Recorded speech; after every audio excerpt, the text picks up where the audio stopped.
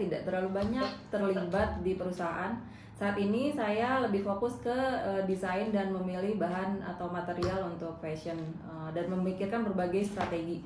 Untuk operasional saya sudah tidak terlalu banyak terlibat. Saya juga komisaris di PT Medzen Kosmetika Utama, adalah kosmetik yang saya mencoba memberanikan diri, men-challenge diri saya untuk terjun di dunia kosmetik. Lalu yang kemarin snack, terus ada studio dan lain-lain, tadi sudah dijelaskan oleh Mbak Rizul ya. Dan saya ada sedikit quote, selama kau berdoa dan berusaha, jangan pernah kehilangan harapan, karena dunia tidak pernah berhenti memberikan kejutan. Karena kita tidak pernah tahu masa lalu kita seperti apa, masa depan nanti kita seperti apa. Oke, lanjut Mbak Rizul. Nah, kalau teman-teman bertanya saya ini siapa? Ya, saya hanya perempuan biasa dengan segudang mimpi yang istimewa agar bisa menghasilkan karya yang luar biasa. Jadi kalau teman-teman ada yang bertanya saya ini siapa, ya saya hanya ibu rumah tangga biasa dengan 5 orang anak yang sehari-hari lebih banyak ngurus anak sih sebenarnya gitu. Yang penting bagaimana kita bisa mengatur waktu. Menjadi ibu rumah tangga buat saya bukan berarti berhenti untuk berkarya gitu. Untuk teman-teman yang sekarang senasib mungkin menjadi ibu rumah tangga yang anaknya banyak, yang masih kecil-kecil, Anda tidak sendiri. Saya memahami bagaimana keruwetannya, apalagi sambil kita menjalani bisnis ya teman-teman. Lanjut. Next. Nah ini bisnis saya. Oke, ini cuman sedikit pamer lah ya, sedikit pencitraan. Mudah-mudahan bisa memotivasi teman-teman semua. Lanjut. Next.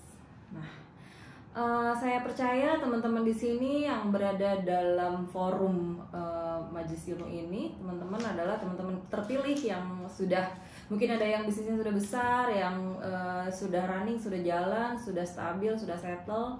Tapi saya mohon kita sama-sama untuk mengosongkan gelas. Siapa tahu ada insight yang didapat dari apa yang nanti akan saya paparkan.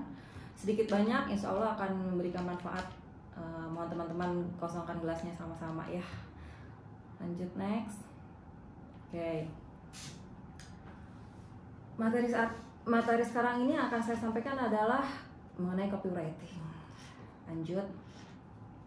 Nah, copywriting itu apa sih? Copywriting itu adalah seni atau keterampilan menulis naskah berisi pesan, iklan, promosi untuk menarik minat konsumen pengguna jasa atau barang. Dengan kata lain, copywriting adalah aktivitas membuat dan menghasilkan tulisan, teks, naskah untuk kepentingan iklan. Jadi bahasa, kata-kata, permainan kata, permainan narasi untuk membuat iklan yang baik itu disebut dengan copywriting. Adapun di dalamnya ada macam-macam ya, ada hard selling, ada covert selling, itu masih termasuk copywriting. Next, Mbak. Nah, apa sih tujuan copywriting itu? Nah, yang pertama adalah membentuk perilaku pembeli atau customer behavior. Jadi, kalau misal kita menulis untuk membentuk perilaku pembeli itu, ketika dia melihat tulisan kita dengan gaya kita, dengan branding kita, itu akan menentukan, akan memilih sendiri customer seperti apa yang akan mendekat ke kita gitu. Seperti apa yang produk itu sesuai dengan customernya gitu. Kalau misal kita berhijab, jualan hijab, ya yang nggak berhijab, yang non muslim tentu tidak akan tertarik melihat iklan kita. Nah, itu dinarasikan dalam bentuk tulisan. Yang kedua adalah personal branding. Seperti yang saya lakukan selama ini, kalau misal teman-teman bertanya iklan apa yang sering saya lakukan dan iklan berbayar saya anggarannya berapa, apa saja yang sudah saya lakukan, strategi yang terbanyak yang saya lakukan adalah personal branding. Kenapa sih harus personal branding? Karena yang namanya basicnya bisnis online adalah kepercayaan.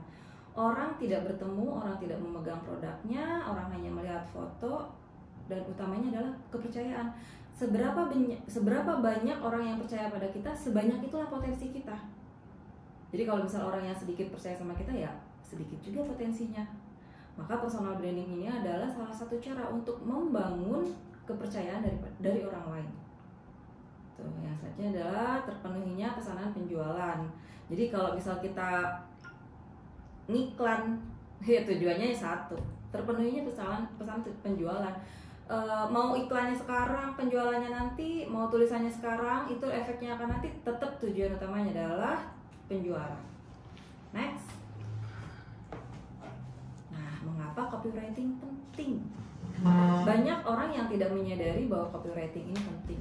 Bahkan mungkin ada beberapa teman-teman juga di sini yang hanya mengandalkan bisnisnya di marketplace. Ya sudahlah, tidak perlu copywriting, tidak memahami copywriting juga nggak apa-apa, tinggal nulis spek produk, gambar produk, selesai gitu.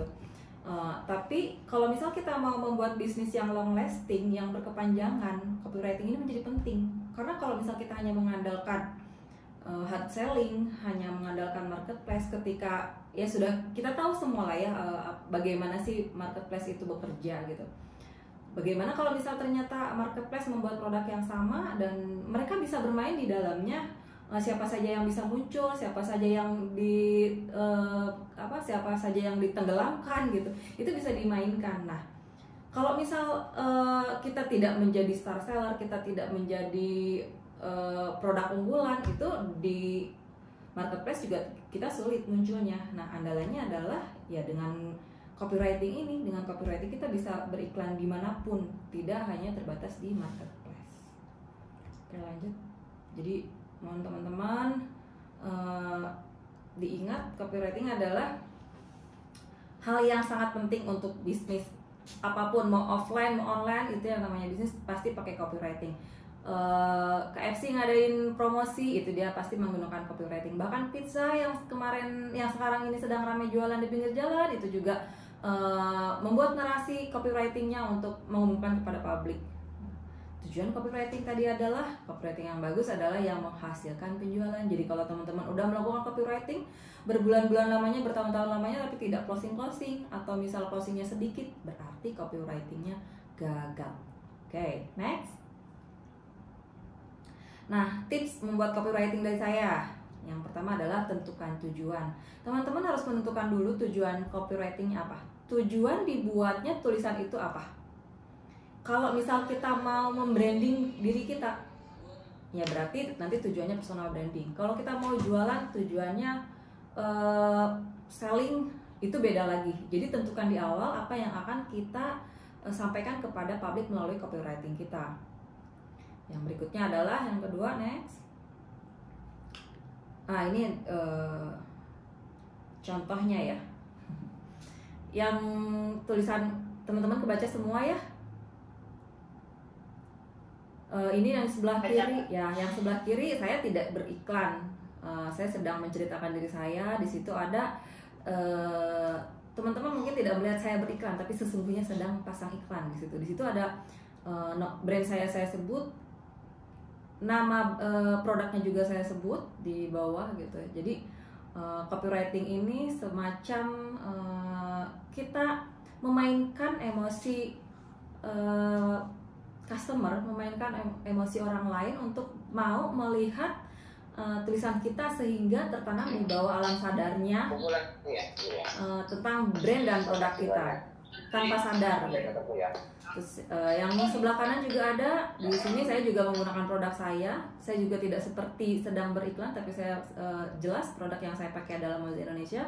Jadi inilah yang saya lakukan selama ini. Copywriting, soft selling, saya menjual di media sosial saya.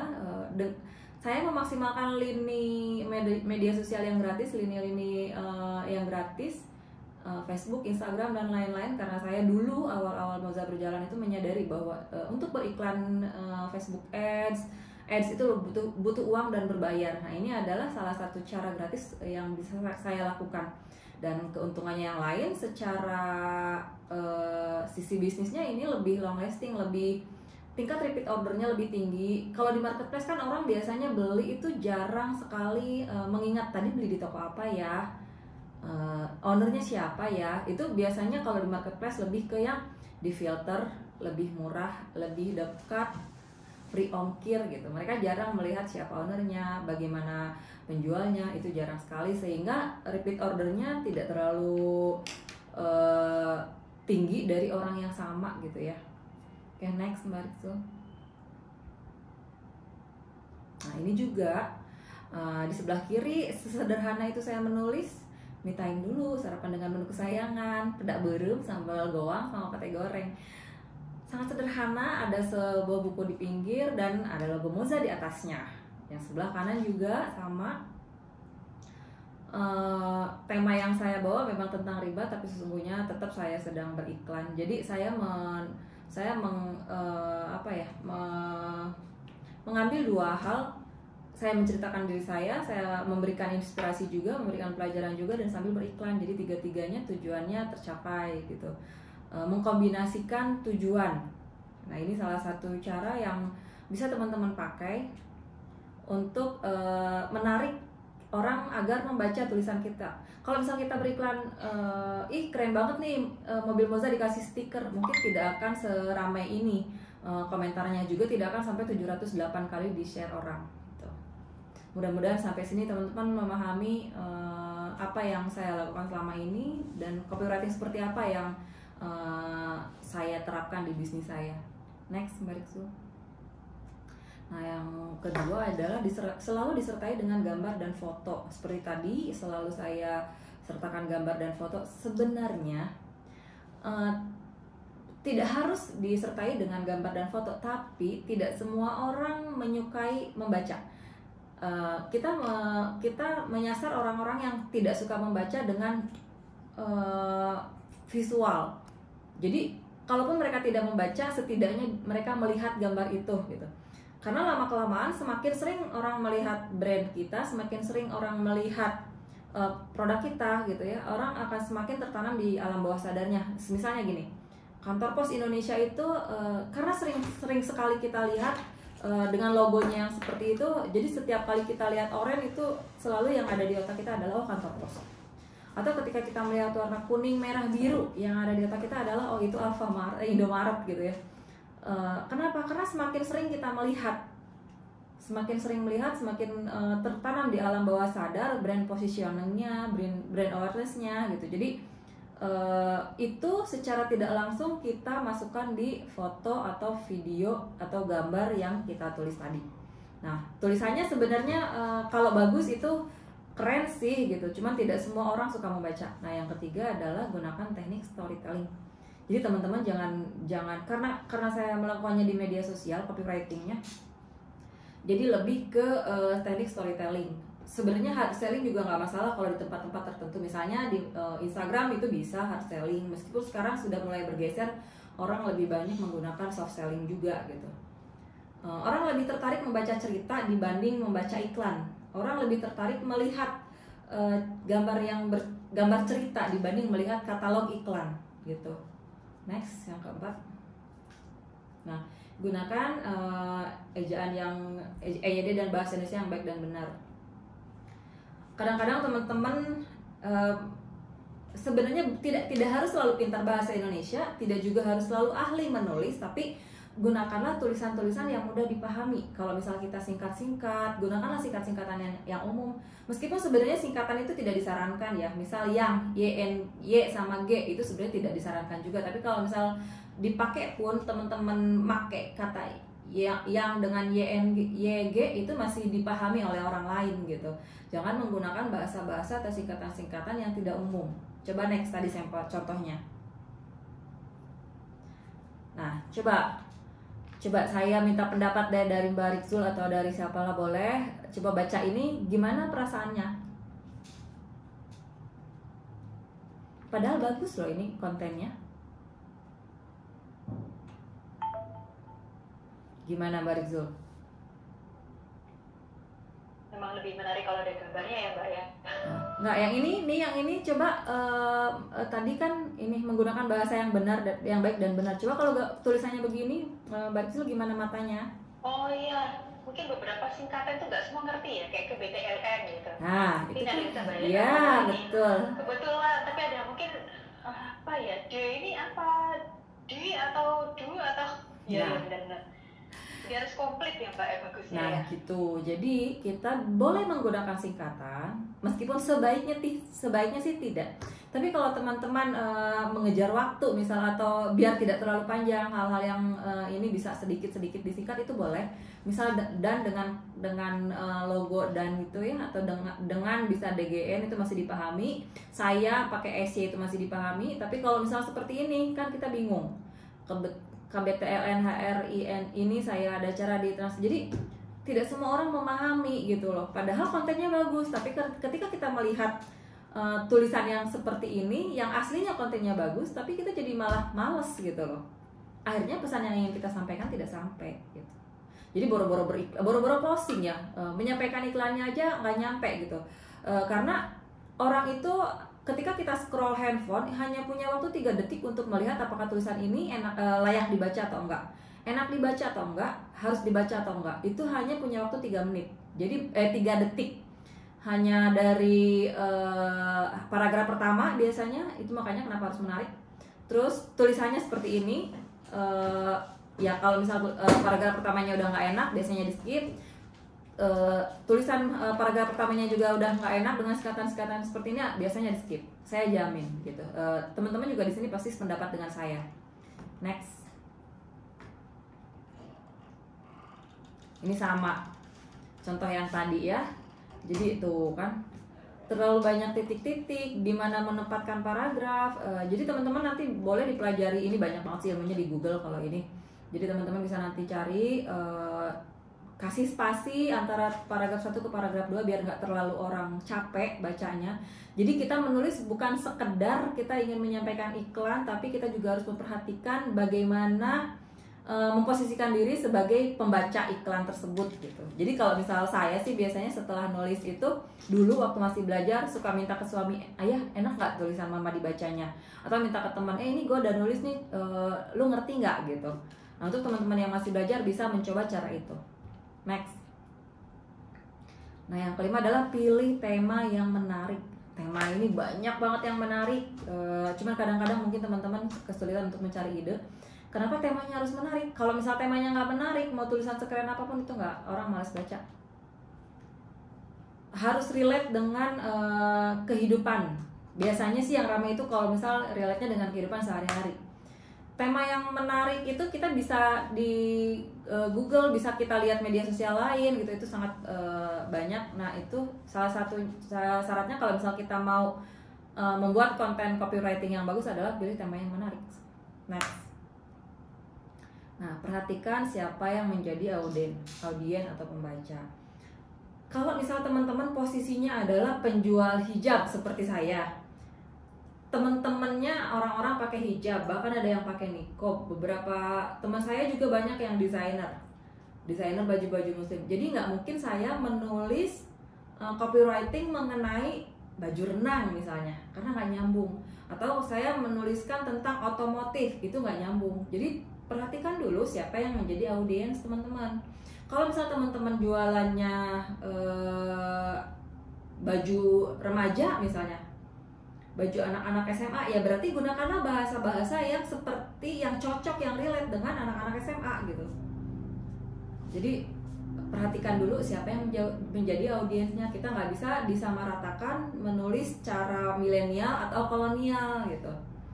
Kita nggak bisa menggunakan, misal sekarang kita jualannya kosmetik, tiba-tiba kita menggunakan bahasa yang terlalu tinggi ala profesor gitu, ya itu juga nggak akan nyambung gitu. Jadi sangat penting untuk memperhatikan siapa yang menjadi audiens teman-teman.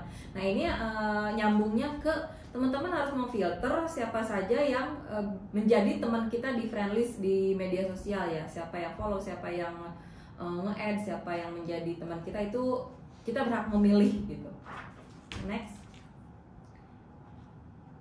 Yang berikutnya adalah tampilkan selalu ciri khas di setiap tulisan. Saya memperhatikan juga beberapa mentor saya memiliki ciri khas, misalnya dari warna. Kalau misal Coach Fahmi itu biasanya menulis dengan tulisan hitam dan kuning, atau siapa, Bosman ya, Bosman Pemardigu juga, dia kalau bikin video itu selalu tulisannya hitam dan gold. Nah itu, atau Palaksita itu biasanya dasarnya merah, tulisannya putih. Nah, kalau saya biasanya dasarnya hitam, warna gelap lah gitu. Nah selain itu bisa juga menggunakan kata-kata, misalnya tagline ya, semacam tagline. Kalau saya menulis biasanya di bagian bawah ada kalimat hidup berkah, rezeki berlimpah. Nah itu menjadi ciri khas tulisan saya. Jadi ketika tulisan saya ada yang kopas, kalau di bawahnya ada tulisan itu, orang yang mengenal saya pasti, itu kan tulisan Teh Dini gitu. Jadi teman-teman silakan nanti cari apa yang bisa menjadi ciri khas dari teman-teman semua, dan tidak perlu bingung-bingung. Misalnya bisa juga yang nyeleneh. Misalnya dulu saya pernah pakai penulis Saka inget gitu, atau bisa juga dengan nama misal bakul donat, nah bisa kayak gitu lah. Jadi terserahlah kata-katanya apa, bisa yang lucu, bisa yang serius, bisa yang menginspirasi. Teman-teman silakan nanti buat sendiri apa saja ciri khas yang sesuai dengan brand dan produk teman-teman semua. Next, jangan menjadi plagiat. Nah, ini sangat penting, nggak boleh sesusah apapun kita menulis, sebego-begonya kita untuk menulis, jangan jadi plagiat. Masih mending kita menulis hasil sendiri meskipun banyak typo dan banyak salah. Saya akan lebih menghargainya, dan orang juga akan lebih menghargainya. Jangan menjadi plagiat. Teman-teman boleh mengutip atau mengambil sedikit kalimat dari tulisan orang lain, tapi sertakan dan cantumkan sumbernya. Karena sekarang ini kalau misal ada tulisan ada yang plagiasi, itu sangat mudah dilacak.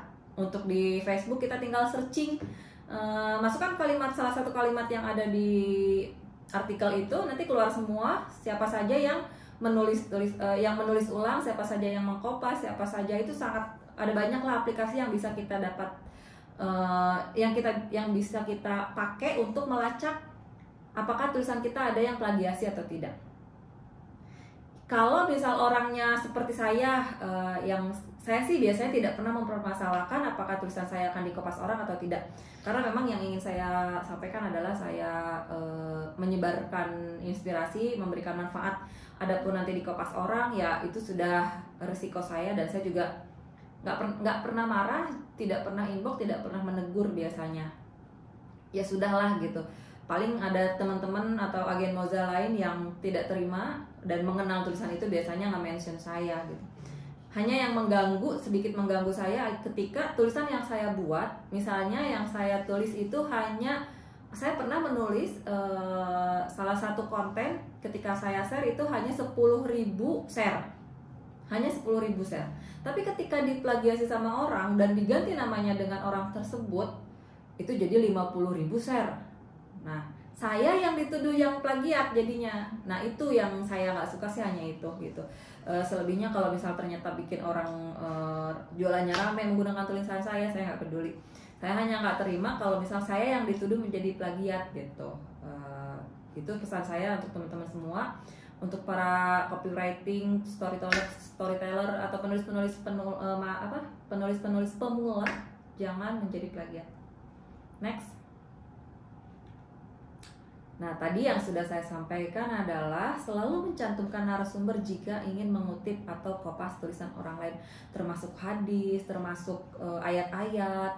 Itu kita harus mencantumkan, karena jangan sampai meskipun tidak ada tulisan penulisnya siapa, dan kita juga tidak mengakui itu tulisan kita gitu, tapi jangan sampai ada orang yang tahu dan akhirnya komentar misalnya di komentarnya, itu kan tulisannya si Anu. Nah, gitu. Itu sudah sangat menurunkan, kalau buat saya sih menurunkan harga diri gitu ya. Sudah sangat mempermalukan diri kita gitu. Saya pernah, termasuk teman-teman ya, kalau misal dapat artikel-artikel inspiratif dari grup WA misalnya, teman-teman harus mencantumkan ya, kalau misal kopas dari grup WA, tulis saja copy paste dari grup WA. Jangan sampai tidak ada sumbernya. Jangan sampai tidak ditulis bahwa itu kopas, meskipun teman-teman tidak mengakui itu tulisan sendiri. Saya pernah kejadian teman nge-share di Facebooknya, dan itu adalah tulisan saya yang namanya sudah tidak ada. Juga tidak ada tulisan kopas atau sumbernya dari grup WA, nggak ada. Saya hanya melihat, loh, itu kan tulisan saya gitu. Terus banyak yang nge-share kan di bawahnya, termasuk izin mereka, izin share ya, padahal itu tulisan saya. Bahkan saya juga ikut komen, Beb, maaf ini tulisan siapa ya, pengen nge-share tapi nggak ada narasumbernya. Terus dijawab, Ya nggak penting lah siapa narasumbernya, yang penting yang penting ini tulisannya bermanfaat. Saya cuma senyum. Ya kan, aduh gimana ya gitu. Tapi saya tidak sampai mempermalukannya, pengen banget bilang, hello itu tulisan gue gitu loh gitu.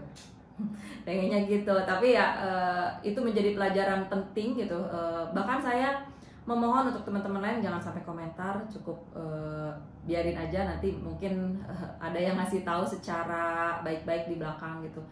Karena itulah bahayanya, jangan sampai teman-teman menulis kopas tulisan orang lain, ternyata sampai kemana itu tulisannya, dan kebetulan hubungan saya dengan yang kopas itu tidak terlalu baik gitu. Jadi kalau misal saya mau, ya gimana ya, menjatuhkannya ya mungkin semudah itu gitu. Kalau andai dia tahu itu tulisan saya, dia pasti malu gitu. Oke gitu ya, jadi jangan sampai lupa mencantumkan narasumber jika mengutip atau kopas tulisan orang lain. Next. Nah, seperti ini contohnya ya. Di situ ada kalanya untuk mengesankan kotornya orang lain justru menjadikan kotoran dirinya tersibak terang tanpa mampu dielakkan. Itu bukan pendapat saya, tapi pendapat Muhammad Al-Fauzil Adim, termasuk yang di atasnya juga. Jadi sedikit, mungkin tidak terlalu penting, orang yang menulisnya juga tidak terkenal, tapi jangan sampai dilupakan ya, karena itu bentuk penghargaan kita terhadap hasil karya pikiran orang lain gitu. Next. Next lagi coba. Ini balik lagi deh. Next. Nah ini tadi ya yang contoh ciri khas. Ini kan saya selalu hitam, tulisan saya putih gitu. Next. Nah, teman-teman pernah nggak punya ide buat nulis? Sering kayaknya Mbak. Sering ya. Kita itu kalau nulis, saya itu punya 3 Facebook. Saya punya 3 Facebook, 1 Instagram, dan saya selalu menulis dengan tema yang berbeda di semua Facebook saya. Saya hanya menulis yang di Instagram aja, saya paling sama dengan Facebook. Coba sehari bisa 3 kali kalau saya nulis. Dan itu dihandle sendiri ya Mbak? Nggak ada yang... Nggak ada. Kalau media sosial pribadi ya saya pegang pribadi. Kalau misal media sosial kantor baru dipegang kantor. Itu pun kadang-kadang media sosial kantor kalau misal saya lagi gemes ya saya nyumbang tulisan kadang-kadang gitu. Nah ini menjadi penting. Kadang-kadang sepinter apapun nulis, kalau misal kita susah cari ide, nggak jadi tuh tulisannya. Bener nggak? Kita pinter nih nulis tapi nggak ada ide, ya udah nggak jadi apa-apa gitu. Maka di sini saya sedikit menyampaikan ke teman-teman tips lah ya gimana caranya dapat ide buat nulis. Next. Pernah nggak ngalamin kayak gini, Barik Zul dan teman-teman semua? Banget. Ketik, hapus, ketik, hapus, ketik, hapus. Udahlah, ntar aja lah nulisnya, itu pagi nih. Sampai siang, aduh masih belum ketemu, ntar aja lah. Akhirnya nggak jadi. Besoknya lagi nggak jadi. Dan lupa, Nah, akhirnya nggak update. tuh. Apalagi kalau kejadian udah nulis panjang-panjang terus hilang, gimana rasanya? Udah deh, nggak ini akhirnya nggak nulis gitu. Nah ini penting banget gimana caranya kita mengumpulkan ide. Next. Nah, agar tidak kehabisan ide, 1, perbanyak referensi dengan membaca tulisan orang lain. Kunci orang yang pintar nulis itu membaca. Nggak ada orang yang pintar nulis nggak suka baca. Jadi salah satu kuncinya adalah baca. Nah sekarang udah enak bacanya, nggak kayak dulu ya. Mungkin dulu bacanya baca koran yang harus gimana gitu. Sekarang tuh bacanya banyak. Bisa di Instagram, bisa di Facebook, bisa di artikel, bisa di Quora, bisa di banyak banget sekarang mah. Bahkan TikTok aja sekarang udah banyak banget ininya ya, pesan-pesan keren-keren lah gitu. Jadi penting banget untuk memperbanyak referensi dengan membaca tulisan orang lain. Next. Nah, buat bank foto dan potret apapun yang menarik. Jadi kalau dulu saya beli handphone ini bukan cari handphone yang kameranya bagus, tapi handphone yang memorinya besar. Isinya adalah foto-foto. Jadi semua di sini saya foto-foto simpan. Nggak pengen foto juga, saya foto apa saja yang saya pikir bisa menjadi ide gitu.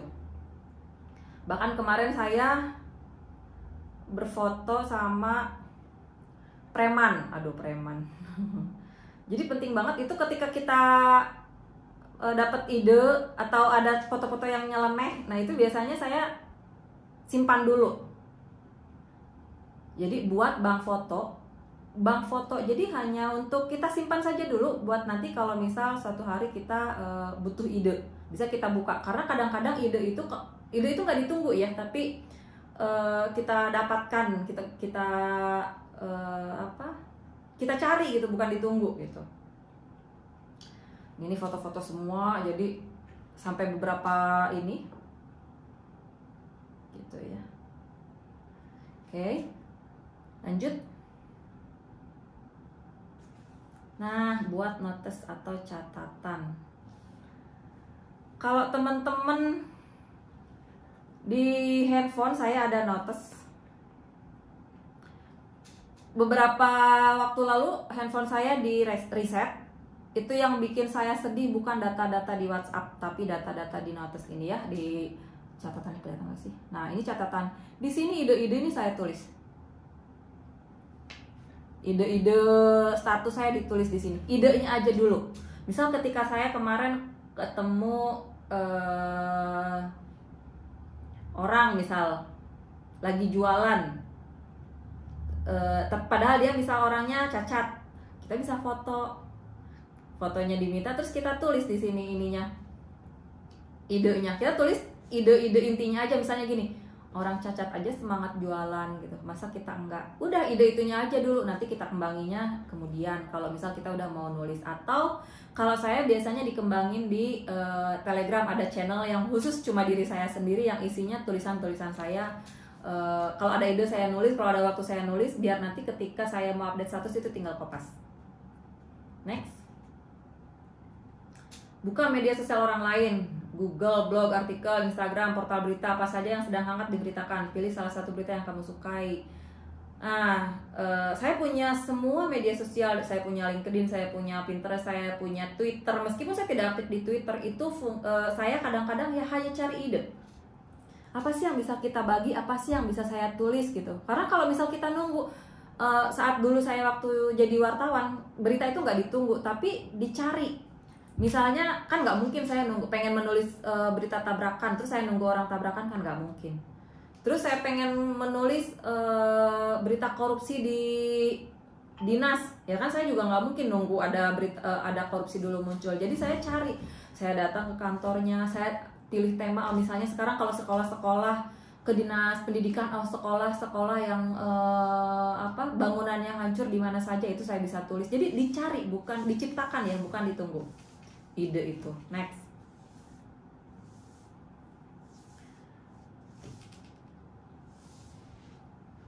Buka akun media sosial orang lain yang menurutmu menginspirasi dan sering viral. Pilih salah satu tulisan menarik dan tulis kembali dengan redaksi yang berbeda. Nah, ini juga yang sering saya lakukan.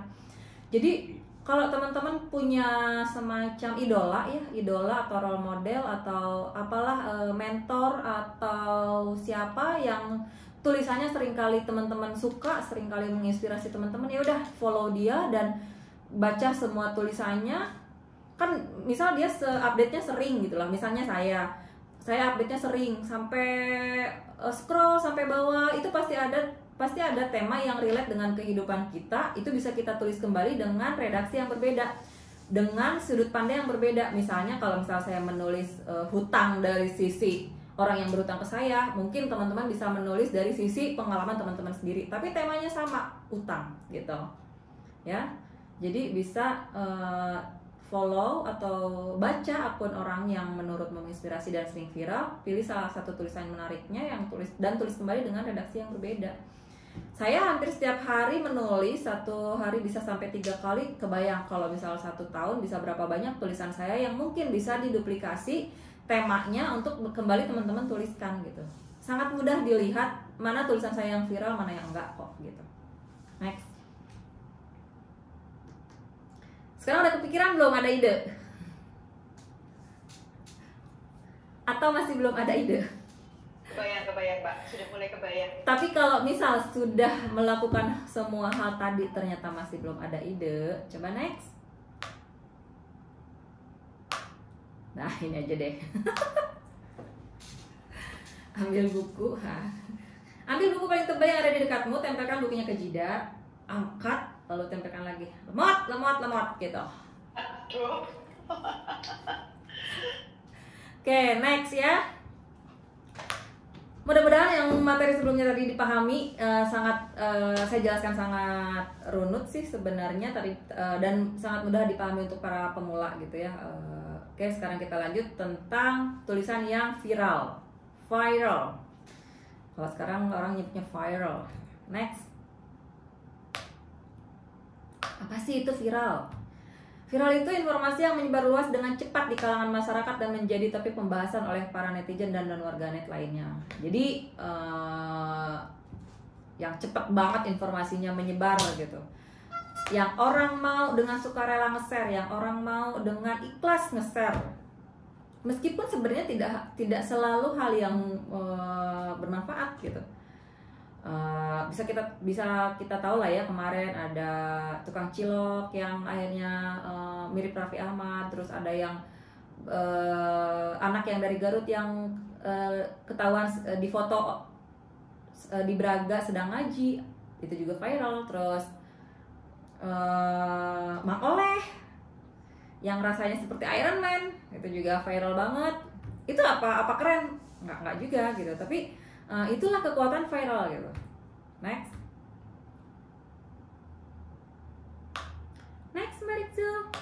Nah, jadi seperti apa sih tulisan yang viral itu? Biasanya apa yang membuat mereka viral? Itu yang pertama adalah lucu. Semakin lucu itu ya semakin viral. Biasanya bayi yang lucu itu viral, cepet viralnya gitu. Tulisan-tulisan, quote-quote yang lucu itu viral. Yang ajaib, misalnya apa ya? Misalnya ada pohon tulisan Allah gitu, itu cepat viral. Ada bayi baru lahir bisa langsung ngomong bahasa Inggris, itu bisa cepat viral. Jadi ajaib ya, amazing gitu. Terus yang berikutnya adalah menginspirasi. Ketika tulisan itu ada, atau video atau gambar itu ada dan menginspirasi, dan ketika kita lihat, oh iya ya, oh gue banget, itu biasanya cepat viral juga. Yang berikutnya adalah kontroversi, termasuk yang kemarin Mak Oleh juga termasuknya itu ke kontroversi ya. Semakin kontroversi itu biasanya semakin viral. Bermasalah, ribut, itu viral. Saya sering juga membuat hal-hal kontroversi dan ya rata-rata viral. Tips bermanfaat, misalnya tips wajah glowing 2021, tips cara mendapatkan uang 100 juta dalam 1 menit, itu pasti viral kayak gitu-gitu. Hal yang menyedihkan, misalnya Ibu SBY, siapa ya? Meninggal, Ibu Ani meninggal, viral. Ada anak dioperasi karena tidak memiliki anus, viral. Yang baca Al-Quran tuh. Yang baca Al-Quran juga yang di Garut itu ya viral. Karena yang bacanya sedih.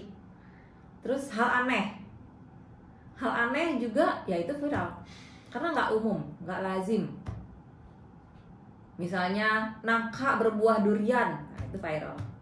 Terus ilmu, nah ilmu kalau sekiranya ilmunya relate dengan misalnya ilmu kedokteran ya akan viral di dunia kedokteran.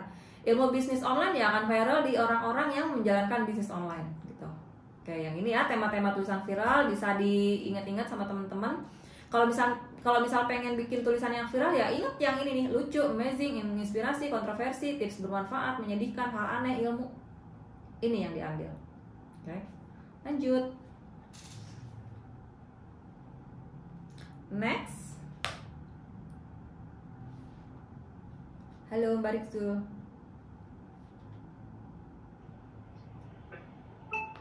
Next. Mohon dibantu teman-teman panitia untuk slide-nya. Next.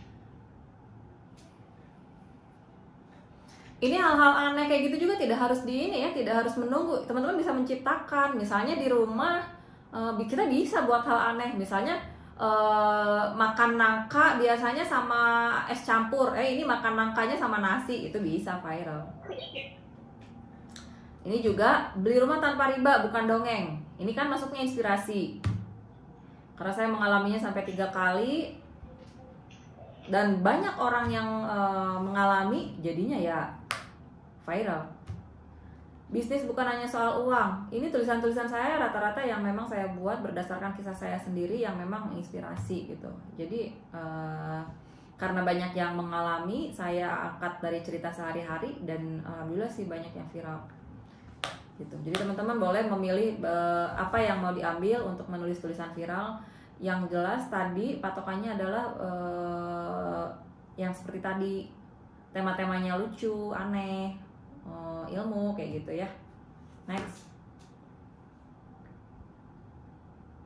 Ini juga yang tadi, ambil makan secukupnya, ini juga viral. Ditulis ulang sama entah siapa juga viral banget. Next. Next. Bentar, Mbak. Dan semua yang saya coba sebelumnya dulu.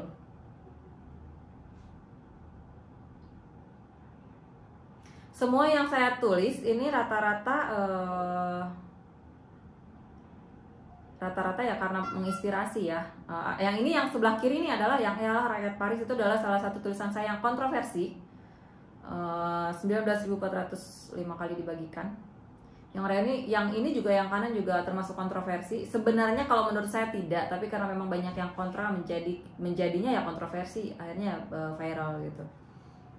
Oke, lanjut.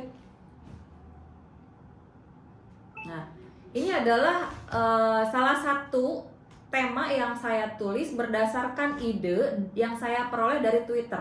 Saya punya Twitter tapi tidak terlalu update karena saya merasa target market saya bukan di Twitter, sehingga saya tidak terlalu update. Tapi saya aktif untuk membuka Twitter untuk mencari ide-ide tulisan. Selain itu saya juga karena memang saya suka berpuisi, paling sesekali saya nulis puisi gitu. Dan banyak akun-akun puisi yang saya follow. Nah, ini adalah salah satu tema ide yang saya dapatkan dari Twitter. Nggak ada salahnya sesekali bilang tidak, jadi orang jangan nggak enakan mulu.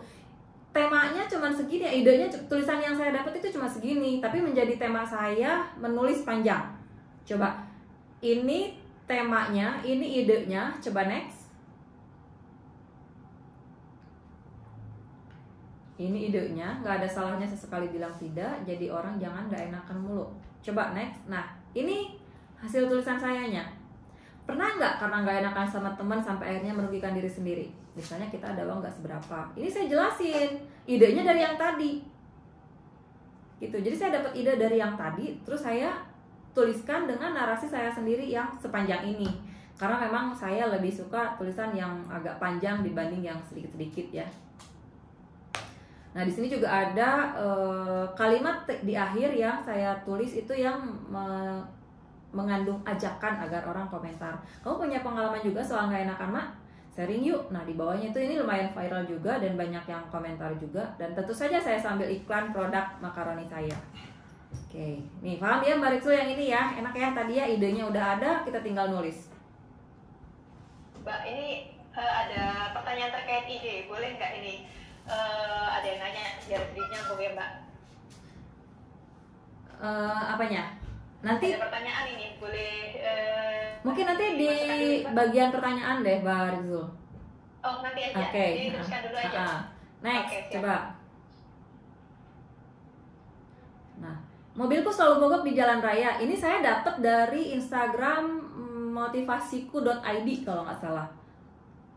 Mobilku selalu mogok di jalan raya saat aku diam dan melambaikan tangan. Ini intinya adalah kalau kamu menginginkan bantuan, bantulah dirimu sendiri dulu. Coba next. Ini tulisan saya jadinya. Bantulah dirimu sendiri sebelum mengharapkan bantuan orang lain. Saya pakai dengan menggunakan kalimat saya sendiri, tapi ungkapan dari Chris Chalk ini tidak saya buang. Saya tulis di atas, jika kamu menginginkan bantuan, saya tulis di atas di bagian tengah, jika kamu menginginkan bantuan, bantulah dirimu sendiri. Jadi saya tidak menghilangkan narasumber aslinya bahwa itu adalah tulisan Chris Chalk. Tapi saya menjelaskan lebih rinci lagi yang relate dengan kehidupan kita sehari-hari. Karena termasuk kalau kamu butuh uang untuk kebutuhan atau membeli sesuatu, jualan dulu, ikhtiar dulu, maksimalkan usaha, nggak usah gengsi, nggak usah malu. Kan nyambung, karena banyak yang mengalami hal ini gitu. Jualan dan minjem duit itu sama-sama melelahkan. Jualan dan minjem duit itu sama-sama belum tentu berhasil. Jadi dari ide yang sederhana tadi jadi tulisan seperti ini, dan ya itu hasilnya ada 108 kali di share orang. Itu kegiatan saya ketika saya kegiatan setiap hari Jumat bagi-bagi. Jadi viral. Tuh, next. Nah, nanti saya kasih tugasnya ke teman-teman. Semua tema yang ada di sini ada 3 tema. Semua tema di sini saya sudah pilihkan untuk teman-teman menjadi tema. Nanti latihan nulis. Boleh teman-teman pakai semua tema, boleh pilih salah satu, nanti mention saya. Nanti kalau diizinkan ya, kalau teman-teman mengizinkan, saya nanti akan komentar di statusnya. Boleh di Instagram, boleh di Facebook selama saya di mention dan ada notifnya, insya Allah akan saya balas. Yang pertama adalah jangan mudah meminjam uang. Silakan dari tema itu kalian teman-teman semua tulis sesuai dengan pengalaman masing-masing, sesuai dengan narasi masing-masing, minimal 250 kata ya. Terus yang bawah, sebelum kamu mengeluh karena penghasilanmu lagi menurun, silahkan baca ini. Nah ini jadi seringkali kita mengeluh, tapi ternyata ada orang lain yang lebih susah hidupnya daripada kita, tapi tidak pernah mengeluh gitu. Terus yang di bagian kanan adalah saat kamu berangkat dari keluarga yang miskin, maka rasa lapar untuk sukses akan jauh lebih hebat. Jadi ini teman-teman, ini tugas yang Mbak Rizul saya izin kasih tugas ya untuk teman-teman latihan. Buat tulisan dengan tema di atas, boleh pilih salah satu, boleh pakai semuanya. Gunakan fotonya, gunakan foto sendiri, jangan foto yang ini ya. Kalau misal ada foto yang diinikan dengan produk sendiri boleh. Hubungkan dengan kisah dan bisnismu, kisah yang kita alami. Minimal 250 kata, boleh mention saya dan beri hashtagnya Festival FWI TDA Lokasi. Mbak Rizul saya izin kasih tugas ya untuk teman-teman, boleh nanti saya komen di medsosnya. Makasih banget nih Mbak. Oke, next. Nah, yang ingin saya tekankan teman-teman ya, teman-teman tidak usah takut tulisannya ini, takut tulisannya jelek, takut tulisannya. Ada nggak sih perasaan kayak gitu? Coba Mbak Rizul. Banget, nggak pede itu banget ada Mbak. Ada kan, aduh takut tulisannya jelek, aduh takut diledekin orang, aduh takutnya kebaca siapa, ternyata nggak enak gitu ya. Iya. Saya tuh sebenarnya kalau ada orang yang nggak pede nulis di Facebook, apalagi katanya nggak pede nulis kejadian yang dialami sendiri, itu sebabnya kira-kira apa ya? Karena kan bukan artis ya, emang situ siapa gitu sampai orang kudu memperhatikan tulisan kamu salah atau enggak gitu.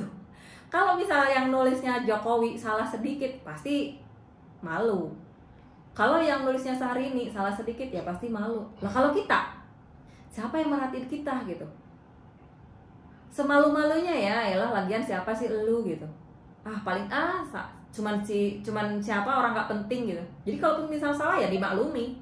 Lah sekarang presiden aja salah masih sering dimaklumi kok. Masa kita enggak?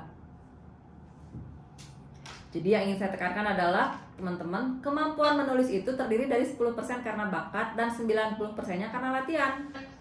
Jadi, kalau kamu sering latihan nulis, maka kamu bisa menguasai 90% kemampuan menulis meskipun sebenarnya kamu tidak berbakat. Jadi kalau saya bukan orang sastra, saya seorang sarjana akuntansi, jadi nggak nyambung sebenarnya. Tapi karena saya memang sering nulis, suka baca, ya lama-lama jadi terasa. Orang lain itu nggak peduli kamu berbakat atau tidak, mereka hanya peduli tulisanmu bermanfaat atau enak dibaca. Gitu, Mbak Rizul ya. Next. Nah, habis materinya. Karena waktu kita terbatas, sekarang udah cepet banget ya, udah jam 3 lagi. Mungkin nanti kita bisa buka sesi tanya jawab, Mbak Rizul. Siap Mbak Dini. Oke, makasih banget. Aduh ini sampai nganga ini karena mantengin copywriting karena memang nggak gampang ya Mbak. Ini tadi kebayang 3 FB, 1 Instagram.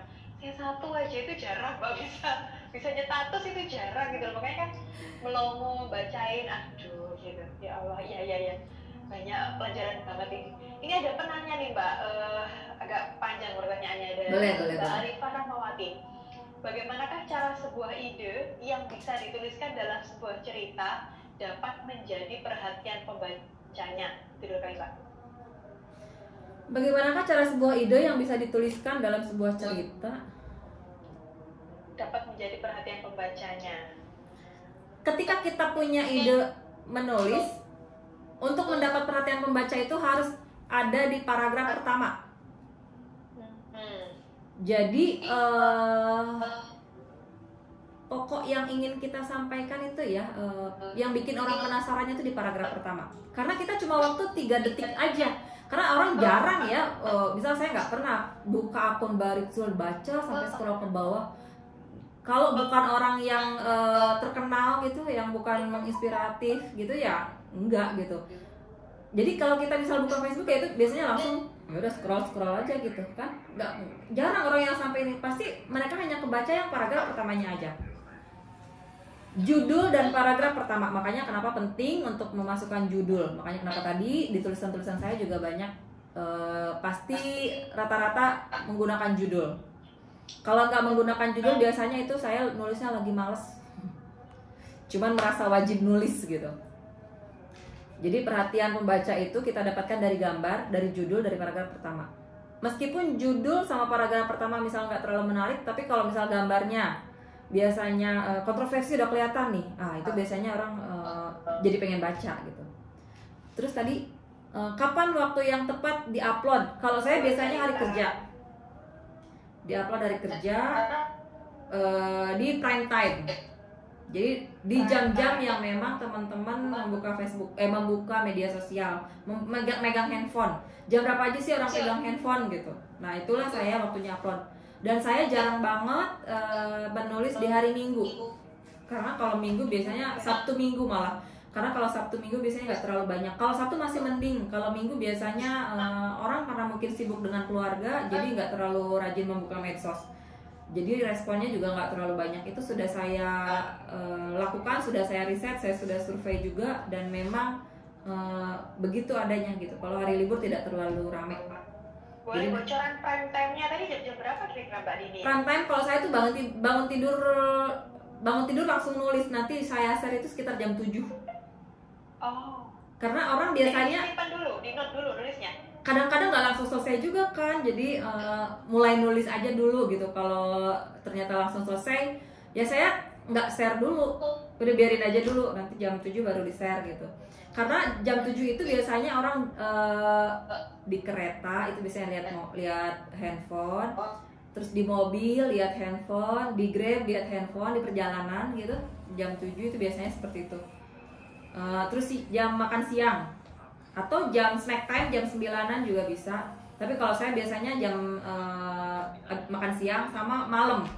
Malam itu biasanya kalau mau tidur ya jam 8-an. Jadi saya kalau udah jam 8 lebih 10 menit belum update status itu udah was-was sendiri. Aduh, udah jam 8 lebih 10 nih belum update status gitu. Gitu. Jadi bagaimana cara membuat hashtag untuk meningkatkan perhatian pembaca? Mbak Rizul mungkin sudah temenan lama ya dengan saya di Facebook. Saya jarang sekali menggunakan hashtag, baik di Instagram atau di Facebook. Hashtag sebenarnya penting sih ya untuk teman-teman yang mungkin masih pemula.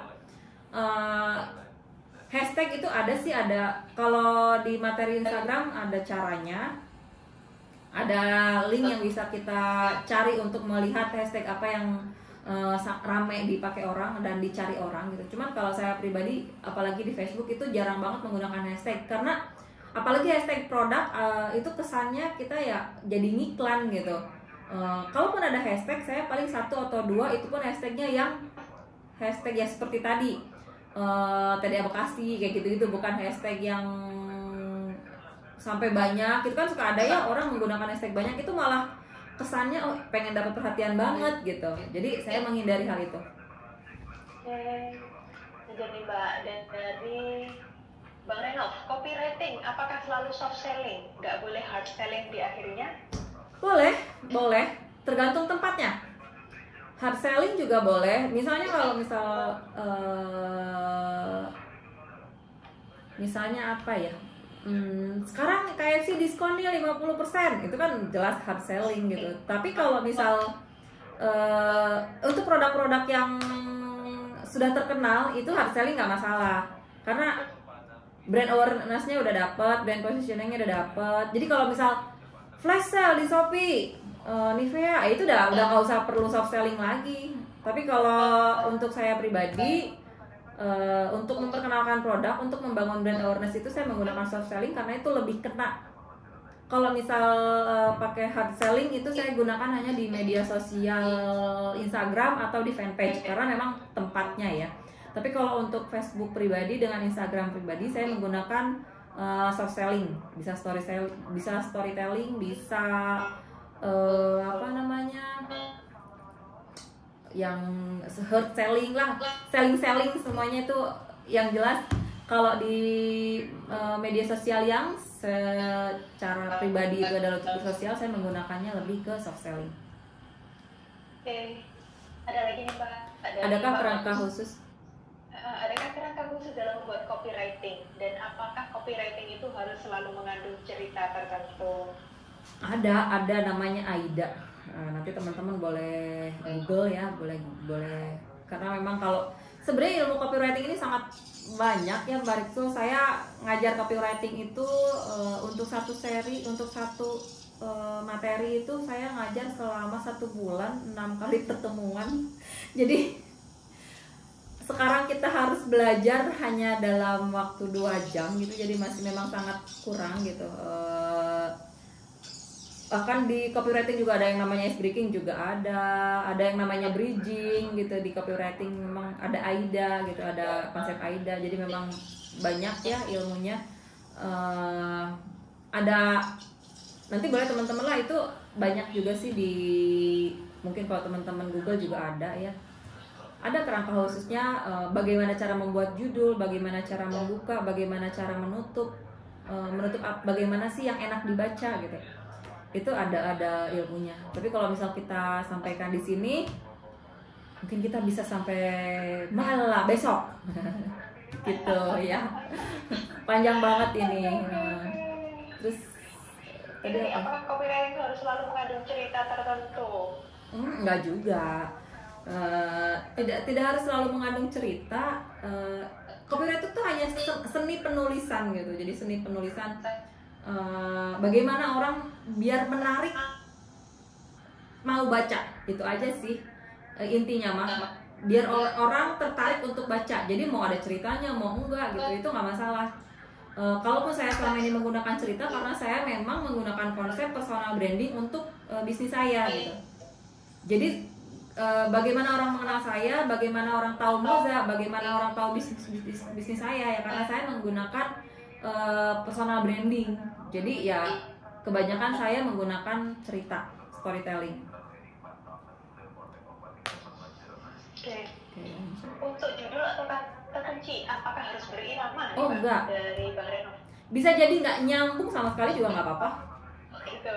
Bahkan mungkin kalau teman-teman kemarin sempat melihat tulisan saya menceritakan tentang pembantu nih Pak Rizul, Mbak Rizul. Saya menceritakan pembantu saya yang pulang, udah saya kasih handphone, udah saya kasih baju, ternyata pulang nggak balik lagi. Terus saya waktu itu pakai kerudung produk saya bawahnya gini, kenapa ya itu pembantu nggak balik lagi, apakah salah saya? Terus yang menjadi pertanyaan saya, kira-kira setelah ini saya akan bikin produk apa lagi ya? Nggak nyambung kan, tapi orang jadi awalnya tetap baca kan gitu. Ya di bawahnya mereka menjadi kesannya lucu. Apa hubungannya ya pembantu sama kerudungnya? Hahaha gitu. Jadinya kan ya begitulah yang namanya copywriting seni ya, maksudnya ke seni gitu. Oke, berarti nggak harus nyambung ya Mbak? Nggak harus nyambung, bahkan bisa jadi bertolak belakang. Mungkin Mbak Rizul pernah baca web-web yang judulnya apa, isinya apa? Ya kan, karena ada salah satu tujuan membuat judul itu ya yang penting viral aja dulu gitu. Oke. Antara storytelling dan share ilmu, mana yang gampang viral? Wah, ini. Sebenarnya sih viral, gampang viral, dua-duanya bisa jadi viral. Cuman kalau share ilmu tuh udah banyak banget ya, dan pertama sudah banyak banget. Kedua, kalau untuk ke branding nggak begitu dapet ya untuk share ilmu. Apalagi ilmu, misal share ilmunya dapet dari Google atau dari YouTube gitu, itu Kalau masalah viral sih viral, tapi kalau saya tujuan saya bukan hanya viral gitu. Saya pengennya viral tapi orang mau mengenal saya gitu.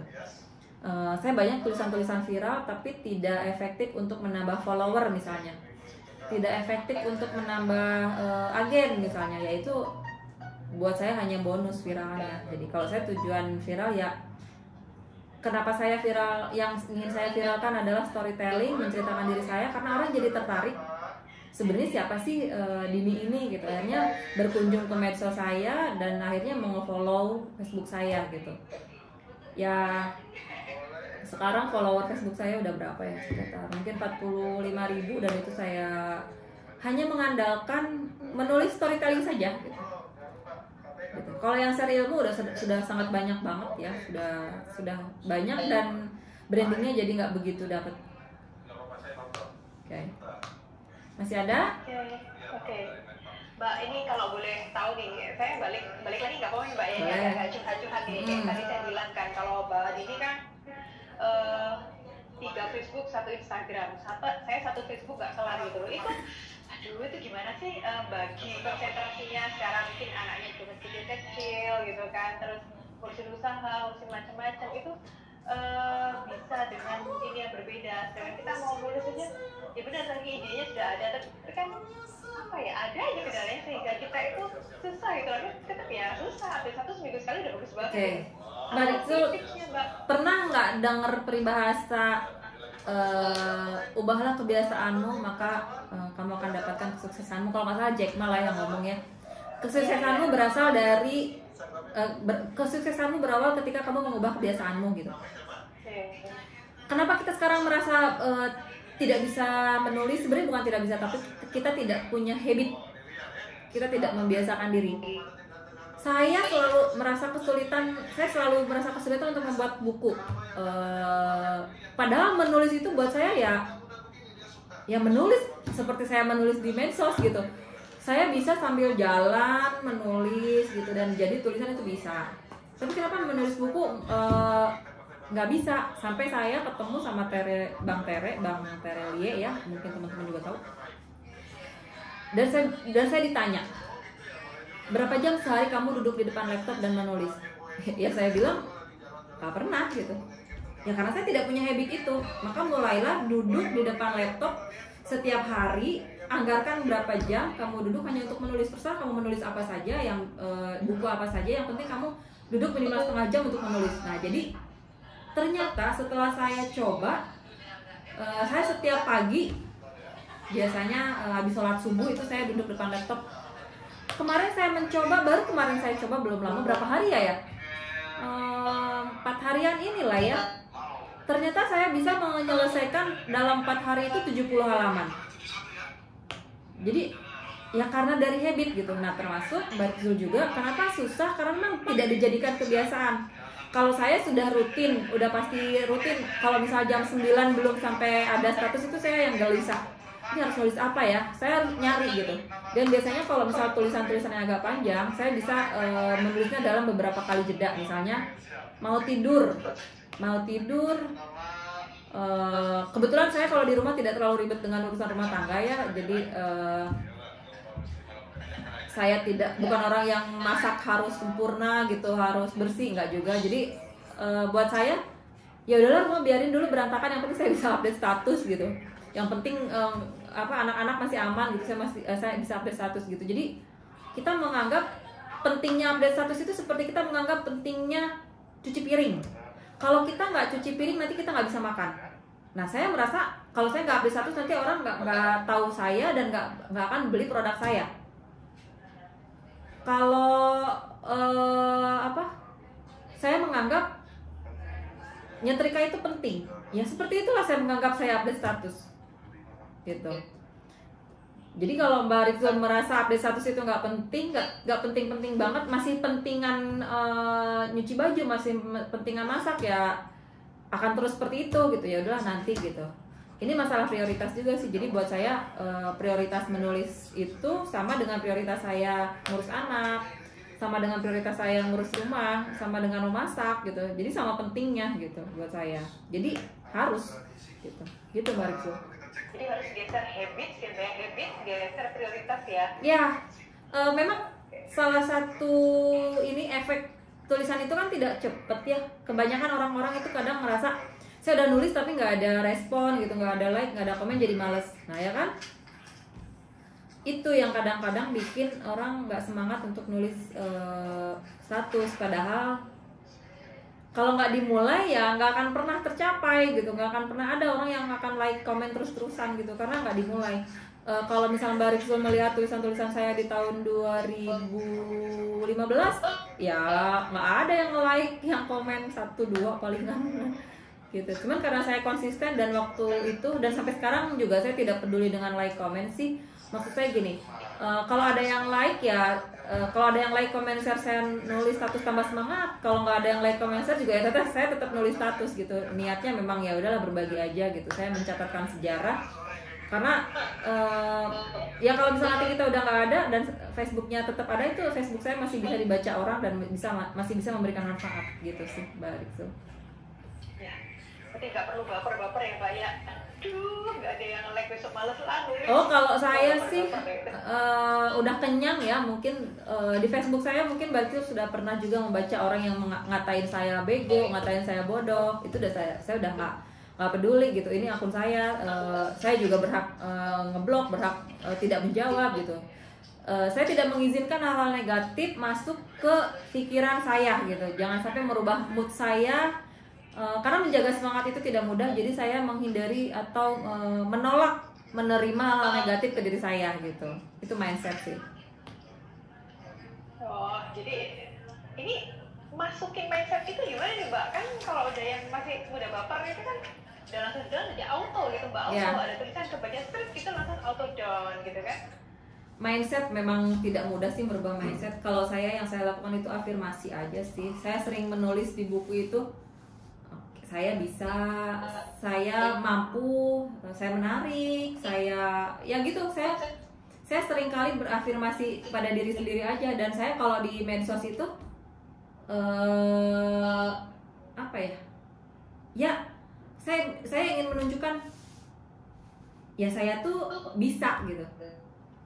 Ya memang tidak mudah, butuh waktu, butuh support juga dari lingkungan. Maka kita harus bergaul. Kita boleh berteman dengan siapa saja, tapi kita memilih bergaul dengan siapa gitu. Setiap orang itu berhak sukses tergantung dengan siapa ya duduk dan berbicara. Bener nggak Mbak Rizul? Betul. Ya gitu. Jadi mindset itu nanti lama-lama kalau misalnya kita bergaul dengan orang-orang positif, insya Allah dengan sendirinya waktu akan menjawab, merubah mindset kita positif gitu. Oke. Oh ya teman-teman, ini nggak, kalau mau bertanya, mumpung ada master kita tentang copywriting itu bisa loh, nggak harus lewat chat room, tapi teman-teman bisa juga langsung melalui video. Jadi bisa raise hand ya. Nanti yang raise hand bisa ngobrol, kan enak nih kalau ngobrol kan bisa langsung nambah lagi pertanyaannya, nyambung-nyambung seperti itu. Kami tunggu teman-teman yang mau bertanya langsung ke Mbak Dininya. Sambil nunggu, ini ada pertanyaan lagi Mbak. Sehari Ibu Dini buat postingan berapa banyak ya diposting dari Mbak Rili Soliha? Sehari bisa 3. Hari ini saya 3. Tidak melulu nulis panjang. Saya kalau nulis ini juga tadi saya nulis. Ini nulis saya tidak terlalu ini ya, iseng juga nih sebenarnya nih. Karena ini hari Sabtu, jadi saya tidak terlalu semangat menulis. Ini karena kegiatan saya kemarin dengan Abdel. Ya lumayan lah, ada 50 komentar, 785 like. Ini tadi 3 kali. Kadang-kadang di fanpage juga, saya ada fanpage. Nah ini juga. Tadi saya menulis 6 jam yang lalu. Dan ini juga. Jadi sehari ini saya udah 3 kali. Nanti malam mungkin jadi 3 kali lagi. Jadi 6. Udah di Instagram ya. Jadi saya tuh update status di 3 Facebook. Minimal 1 Facebook 1 ya. Jadi kalau misalnya minimal 3 ya sehari untuk di medsos. 4 dengan Instagram. Status WA 1. Story Facebook, story Instagram. Wah gila ya. Itu kan kalau ada Facebook tiga-tiganya, misalkan tiga itu apakah nggak mungkin ya Mbak? Aduh, tiga nggak nutupin deh. Aku cuma bisa bikin satu, di share di tiga-tiganya itu nggak ini ya Mbak? Atau memang wajib beda-beda itu? Nggak juga sih, nggak juga. Cuman kalau saya ya pengen aja nulis yang berbeda gitu. Biar orang itu ya banyak juga dari follower Facebook saya, follower sana, follower sini gitu. Jadi memang itu karena saya memang buat 3, tadinya ditujukan untuk target market yang berbeda sih tadinya gitu. Gitu. Ini ada yang nanya nih Mbak, gimana untuk orang yang masih superman sendirian, gimana bagi waktunya? Misalkan yang usaha seperti ini pasti yang ngurusin operasional produksi lah, ngurusin mungkin kontennya dari sisi copywritingnya lah, ngurusin packingnya sendirian, ngurusin anaknya juga, kayak gitu tadi gimana Mbak? Solusinya? Seperti itu. Solusinya cari tim lah. Nah iya, saya dari mulai bisnis saya kecil, saya tuh sudah cari tim gitu. Apa sih yang membuat teman-teman nggak pakai tim gitu, apa? Apalagi kalau misalnya ngerasa udah sibuk gitu, bungkus packing, nulis konten, marketing, tapi nggak punya tim. Apa yang membuat teman-teman nggak berani rekrut tim? Coba. Kadang mungkin, rekrut tim bisa bayar nggak ya? Nah, itu loh. Oke. Seperti itu biasanya. Saya kasih tips ya untuk rekrut tim nggak bisa bayar ya. Yang pertama teman-teman, ini jadi bukan ke copywriting. Yang pertama teman-teman tuliskan dulu semua pekerjaan yang biasa teman-teman lakukan, semua termasuk pekerjaan-pekerjaan rumah. Tulis ya Pak ya. Tulis semua pekerjaan rumah di kertas gitu, sampai cuci baju, nyetrika, nyuapin anak, mandiin anak, packing, kirim paket, jawab chat, ya semua tulis. Setelah ditulis, pisahkan mana yang bisa didelegasikan, mana yang enggak. Misal menulis konten nggak bisa didelegasikan, pisahin. Nyuci, nyetrika bisa didelegasikan, masak bisa didelegasikan ke warteg ya. Dapur umum ya Mbak? Ya? Dapur umum. Iya, jadi kita nggak akan besar kalau kita sendirian. Segede apapun bisnisnya, kalau kita sendirian nggak akan besar gitu. Nah setelah di list, tulis apa yang bisa didelegasikan, mana yang enggak.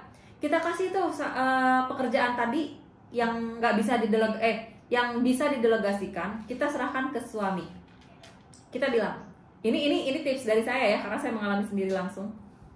Karena di masa-masa bisnis saya pertama juga saya tidak ada tim dan seringkali ribut karena soal pekerjaan dengan pasangan ya. Dan perlu teman-teman ingat, nggak boleh disuruh ya, karena suami itu nggak terima kalau disuruh. Suami itu nggak terima kalau disuruh. Jadi setelah ditulis tulisannya pekerjaan yang tidak bisa didelegasikan, serahkan ke suami. Bilang gini, ayah, ini pekerjaan rumah yang selama ini Umi kerjakan, kira-kira apa yang bisa ayah bantu? Biarkan mereka memilih. Misalnya mereka milih bayar listrik, beli galon, beli gas, antar anak sekolah. Udah mulai berkurang kan tadi yang nggak bisa didelegasikan, udah kita ambil. Yang bisa didelegasikan sedikit sudah dikasih ke suami, dan sisanya bisa didelegasikan kemana? Apakah ke admin, apakah ke ART? Kalau saya dulu di awal-awal karena ngerasa saya nggak bisa menggaji, sama lah dengan apa yang teman-teman rasakan, saya memilih pekerjaan-pekerjaan rumah yang menyita waktu itu saya delegasikan ke orang. Tapi kan pembantu juga butuh dibayar, ya nggak Mbak Rizul? Nah, mungkin teman-teman itu yang ada di pikiran teman-teman. Maka saya, berapa sih gaji pembantu? Andai sebulan itu 1,5 juta. Kebayang nggak kalau misal saya setiap hari hanya mengerjakan pekerjaan rumah dari pagi sampai sore, berarti nilai saya hanya 1,5 juta, persis dengan nilai pembantu itu. Waktu saya hanya dinilai 1,5 juta, ya nggak? Kalau kita ngagugulung wae, atau kalau kita hanya belibet rempong sama urusan rumah, ya nilai kita tuh hanya 1,5 juta, sama dengan nilai pembantu, karena kita hanya habis waktu mengerjakan hal-hal yang harusnya dikerjakan sama pembantu. Nah, saya waktu itu berpendapat seperti itu. Jadi saya milih apa yang tidak bisa didelegasikan, yang harus saya yang kerjakan ya saya yang kerjakan. Kalau misalnya bisa didelegasikan, saya delegasikan. Karena saya ngerasa tidak bisa bayar pembantu, maka saya berpikir gimana caranya tanpa ada pembantu tapi saya bisa mendelegasikan. Ya termasuk tadi misalnya nyuci kan tinggal masuk mesin cuci, puterin udah. Nyetrikanya saya serahkan ke laundry, lebih murah. Terus apa sih di rumah tuh pekerjaannya tadi nyetik, masak. Saya nggak punya waktu hari kerja untuk masak, ya udah saya beli lauknya aja, masak nasinya aja, tinggal masukin ke Magicom, jeglekin, udah nanti lauknya beli. Berarti saya sudah mengurangi waktu saya memasak, waktu saya setrika. Terus antar jemput anak sekolah, bisa jadi saya pakai jasa antar jemput. Kalau dulu bisa pakai Gojek ya, atau suami yang antar jemput gitu. Jadi gimana caranya? Yang saya pikirkan sih waktu-waktu yang menghabiskan menyita waktu yang lama, termasuk nyetrika tadi itu ya. Nyetrika, masak itu lumayan waktunya. Memandikan anak itu saya nggak bisa didelegasikan. Jadi itu saya yang pegang. Tapi kalau misal ngasuh, bisa jadi di situ dijagain juga sama yang lain misalnya gitu. Jadi awal-awal saya tidak punya pembantu juga. Kita bisa bayar pembantu yang mungkin hanya datang jam 7 sampai jam 10 misal, dia hanya nyapu, ngepel, cuci, setrika, masak, udah, nggak ngerjain yang lain gitu. Dia nggak ngasuh, dia nggak nungguin rumah gitu. Jadi bayarannya juga nggak terlalu besar.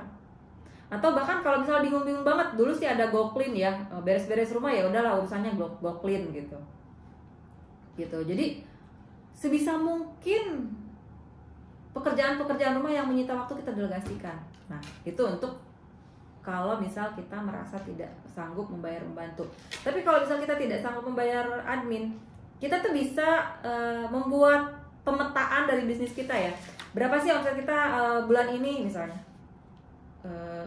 Kalau nggak untung, ya nggak usah dilanjutin.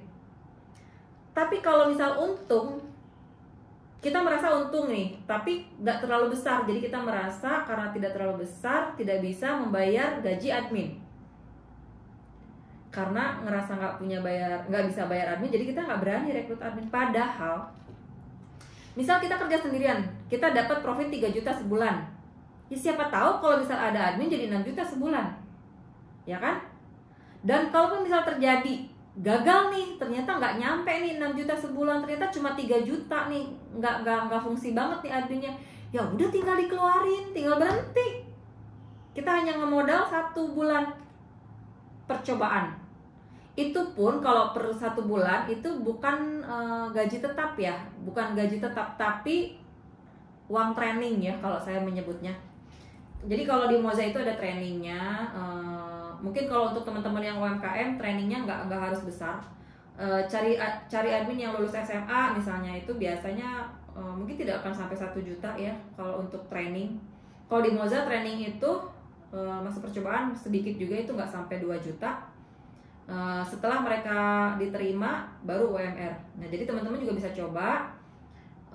Silakan dibuat dulu list jobnya apa, job desk-nya apa, yang mau dikerjakan sama admin itu apa. Biasanya sih yang tidak bisa, yang benar-benar harus fast respon itu adalah CS. Karena kita nggak mungkin sedang nyetir misal kemana tiba-tiba harus balas CS. Kita lagi mandiin anak harus balas CS, itu nggak susah ya, karena zaman sekarang ini orang perlu fast respon. Kalau kita nggak fast respon, orang akan semudah itu pindah ke toko yang lain di detik itu juga gitu. Mereka nggak peduli kita repot, mereka nggak peduli kita nggak punya admin, mereka nggak peduli anak kita sakit. Yang penting mereka tuh butuh barang. Ketika kita nggak bisa slow respon, mereka akan dengan cepat bisa cari ke marketplace, bisa cari ke brand lain gitu. Nah semudah itu gitu ininya, pindahnya. Maka fast respon itu wajib. Itu bisa jadi salah satu tugas CS yang bisa teman-teman delegasikan. Jadi gunakan tadi training. Kalau saya dulu sebelum awal-awal Mozilla, training itu nggak besar, cuma 800.000 waktu itu. Nah, saya anggap itu saya ngemodal 800.000. Dan kalaupun ternyata pakai CS, pakai admin itu gagal, omset saya tidak menjadi naik, ya udah saya anggap saya sudah berkorban ngemodal 800.000. Kegagalan saya nilainya 800.000. ya nggak masalah. Apalagi saya sudah pernah rugi miliaran gitu, saya pernah hancur miliaran. Apa artinya kalau saya rugi sekali lagi kehilangan 800.000 hanya untuk mencoba ada admin gitu? Karena kalau saya tidak mencoba, saya tidak akan pernah tahu saya bisa maju nggak sih kalau pakai admin, saya bisa lebih banyak nggak sih omsetnya kalau pakai admin. Nah gitu kan. Sekarang coba teman-teman nggak punya admin terus ngerasa nggak bisa jawab, nggak bisa menggaji, teman-teman nggak akan pernah tahu kalau pakai admin itu omsetnya nambah atau enggak, karena belum pernah nyoba, ya nggak? Mbak Rizzo nggak akan tahu pakai admin itu bisnisnya meningkat atau enggak karena nggak pernah nyoba gitu. Jadi teman-teman beranikan hire ya Mbak ya, hire admin. Karena nggak akan ada yang bisa besar sendirian. Ya, Kita tuh bukan Superman, apalagi kita perempuan. Betul Mbak. Kita nggak bisa, saya belum menemukan sih sampai saat ini orang yang bisa besar sendirian. Dan tujuan kita hadir di dunia ini apa sih? Kan kebermanfaatan untuk orang lain ya. Ya paling tidak kalau kita nggak bisa banyak ya udahlah satu aja dulu gitu. Saya yakin kok, apalagi di pandemi sekarang ini banyak banget orang yang butuh, bahkan mereka tuh rela digaji kecil gitu. Mereka tuh memahami gitu. Kalau misalnya kita memang nggak sanggup membayar besar ya udah gitu. Kalau saya dulu waktu awal-awal itu saya kasih challenge, gaji pokok kamu itu kecil, malah waktu itu saya pertama dulu gaji pokok kamu cuma 500 gitu. Tapi kalau kamu bisa membuat omset saya jadi segini, maka kamu gajinya akan jadi sekian. Saya kasih bonus sekian gitu. Itu bisa dikasih challenge seperti itu.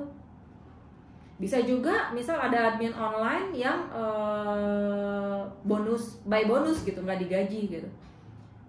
Ada orderan mereka wajib follow up, kalau closing mereka dapat bonus. Itu banyak kok. Banyak banget gitu. Jadi udah nggak ada alasan lagi teman-teman nggak hire admin atau CS. Ya, makasih banget ini masukannya nih Mbak, sama spirit kita untuk benar-benar nggak ada ketakutan lagi untuk nggak jadi superwoman lagi ya Mbak. Saya tuh ketika nanti apakah materi slide nanti bisa diberikan ke peserta Mbak? Oh silakan, kan sudah ada di Mbak Rizul ya, sudah ada di panitia ya. Jadi boleh kalau untuk teman-teman barangkali ada yang mau minta gitu boleh dikasih, dan teman-teman juga boleh jalan-jalan nanti ke Facebook saya, mungkin ada tema atau ide yang bisa dipakai. Siap, makasih. Ini Mbak ada pertanyaan nih Mbak, ada tema-tema jadwal tertentu nggak untuk postingan? Kayak misalkan mungkin kalau Instagram hari ini apa, besok post atau apa, atau tema apa gitu? Idealnya sih seperti itu ya, tapi kalau saya enggak. Karena saya nulis sambil jalan, senemunya aja. Misal kemarin saya tadi saya bilang ya, saya ketemu dengan para preman terus ngobrol gitu. Mungkin nanti akan muncul tulisan bahwa kita boleh berteman dengan siapa saja, tapi kita harus memilih bergaul dengan siapa. Bisa jadi akan muncul tulisan itu dari ide itu. Jadi saya tidak, untuk mencari ide aja kan nggak mudah ya Mbak Rizul, apalagi kita harus menuliskan ide jadwal tema-tema. Nggak, paling saya hanya jadwal ini aja. Mungkin kalau misal siang saya pakai produk fotonya gitu, atau kalau misal hari kerja saya lebih banyak saya menggunakan produknya dibanding foto-foto di luar itu gitu, paling gitu. Ada titipan pertanyaan nih Mbak, menurut Mbak Didi lebih bagus personal branding apa product branding, atau kita lakukan keduanya? Kalau saya memilih dua-duanya ya, karena orang membeli itu bisa jadi karena produknya, bisa jadi karena ownernya ya. Kalau orang membeli karena produknya, maka ketika dia menemukan produk yang lebih bagus, kira-kira pindah nggak Mbak? Ya, pindah. Apalagi fashion. Mbak itu sendiri tahu kan, pemain fashion, seberapa banyak brand fashion sekarang di Indonesia, udah red ocean banget, udah berdarah-darah. Kalau misal kita menjual produk yang bagus, terus produk lain apa nggak bagus? Bagus kan? Kita misal mau jualan gamis polos, udah berapa banyak orang yang jualan gamis polos? Busui, udah berapa banyak orang yang jualan busui? Jadi kalau misal orang beli hanya karena produknya, akan semudah itu kita pindah. Maka saya melakukan personal branding, melakukan pendekatan terhadap orang-orang, pelanggan saya, agen saya. Oh karena saya memang salah satu orang yang layak dipercaya untuk diajak bekerja sama gitu. Oh Teh Dini itu produknya dibuat di perusahaannya tanpa riba misalnya, itu kan value.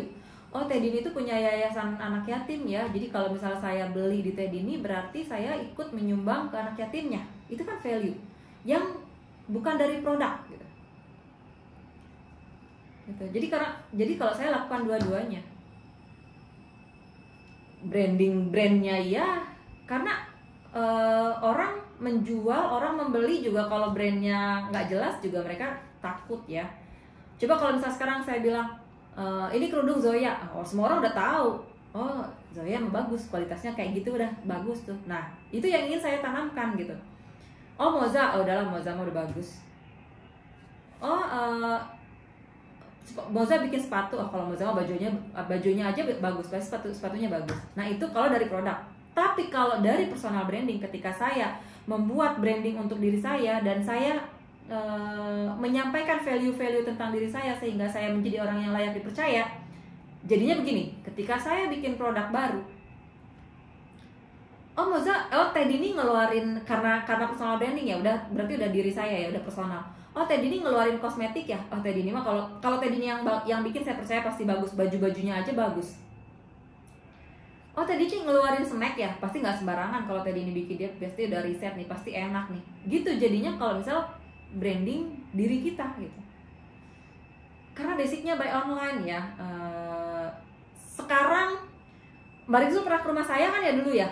Yap, 2 kali Mbak. Oke. Mbak Rizul kenapa datang ke saya? Tahu saya dari mana? Dari bekal ya Mbak waktu itu Mbak.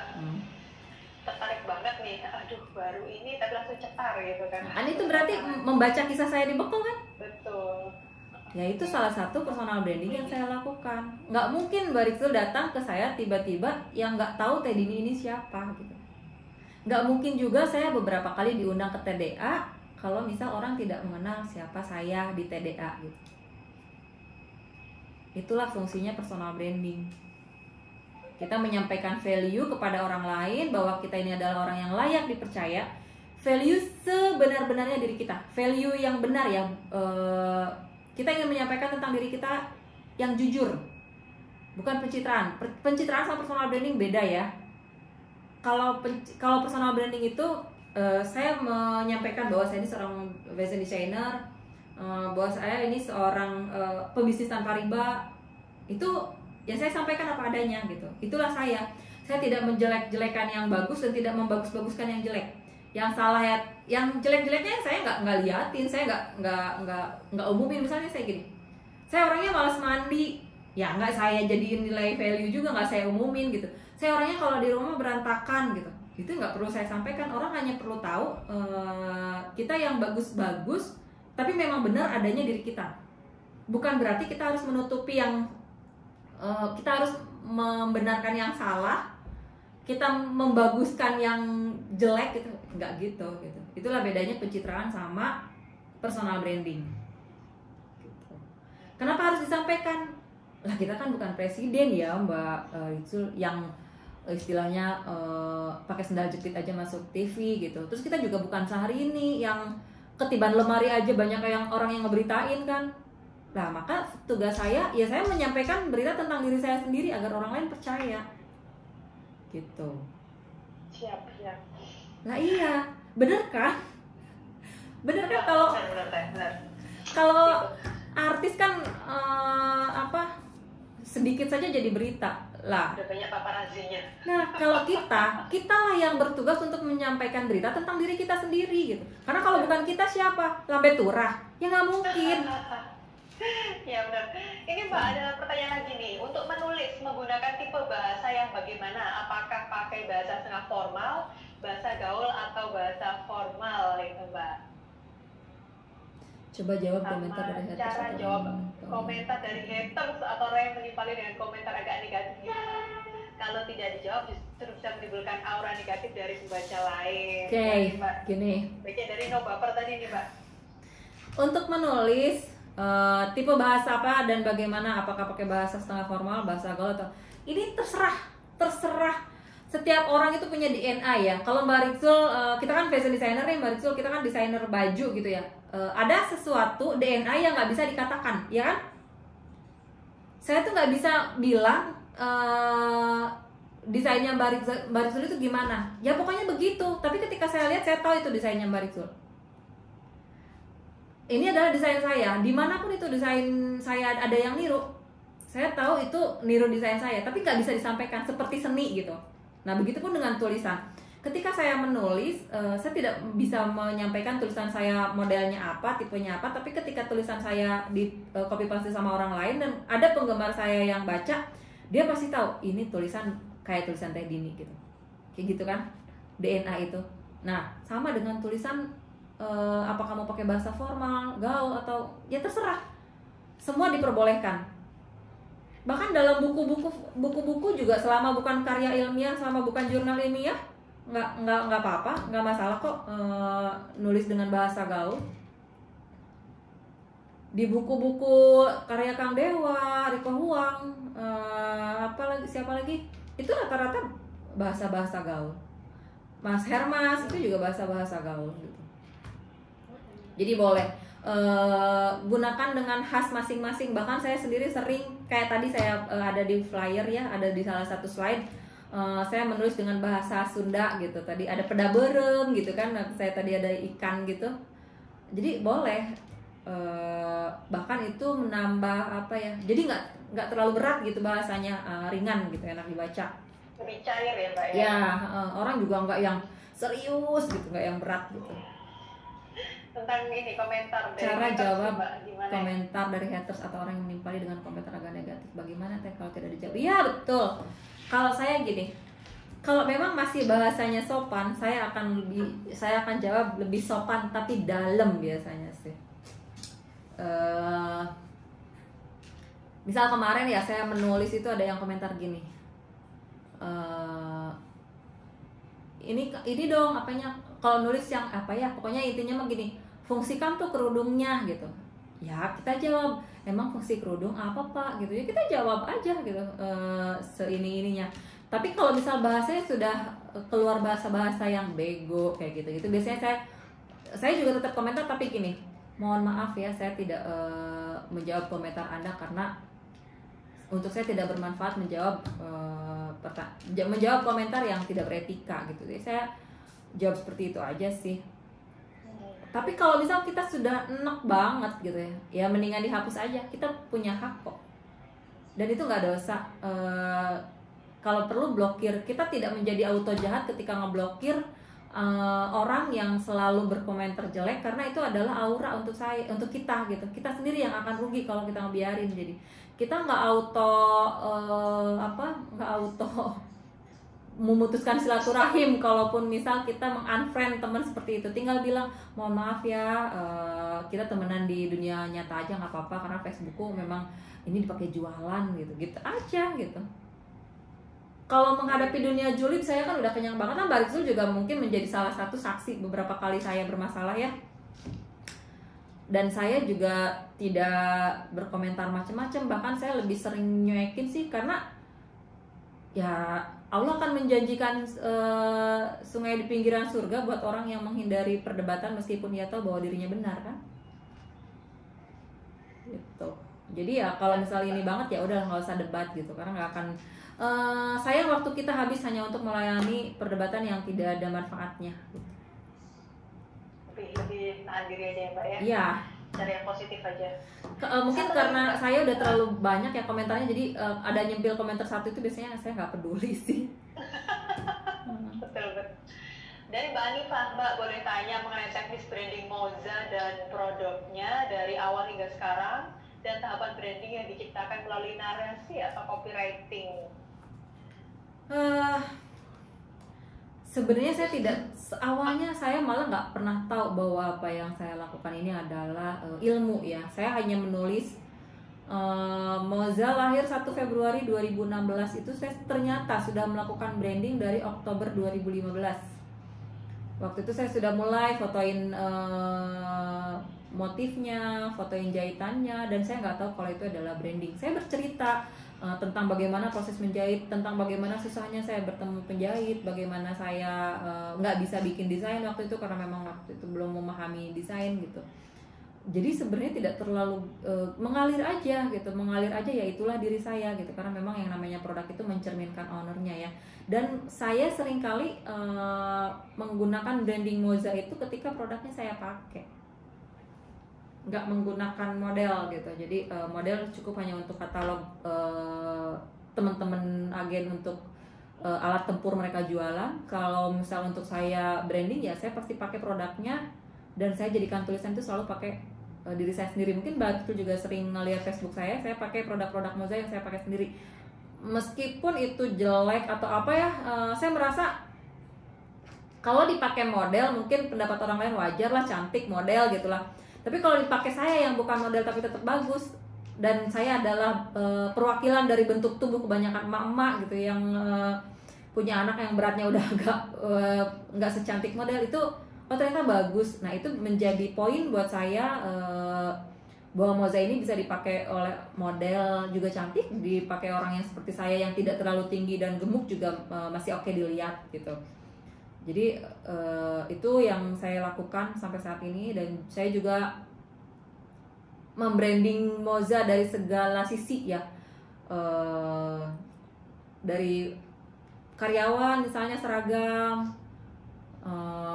ya dari ID card, dari semua media sosial saya gitu, semuanya mengandung brand saya gitu. Itu yang saya lakukan. Terus panjang banget sih ya kalau mau dijelasinnya, tapi memang branding ini sudah saya lakukan sebelum Moza lahir. Jadi kalau teman-teman yang sekarang belum punya produk atau baru mau punya produk juga boleh teman-teman mulai membranding dari sekarang gitu. Entah itu apanya. Saya dulu nggak pakai gamis. Sebelum Moza ada saya masih pakai celana jeans, masih pakai kerudung yang dililit-lilit gitu. Tapi ketika saya mau jualan gamis itu saya pakai gamis di foto gitu. Itu saya mulai melakukan branding gitu. Nah itu yang saya lakukan hingga saat ini. Aduh, subhanallah, materi sore hari ini daging banget nih Teh. Insya Allah nanti slide-nya pasti ditunggu-tunggu oleh peserta gitu.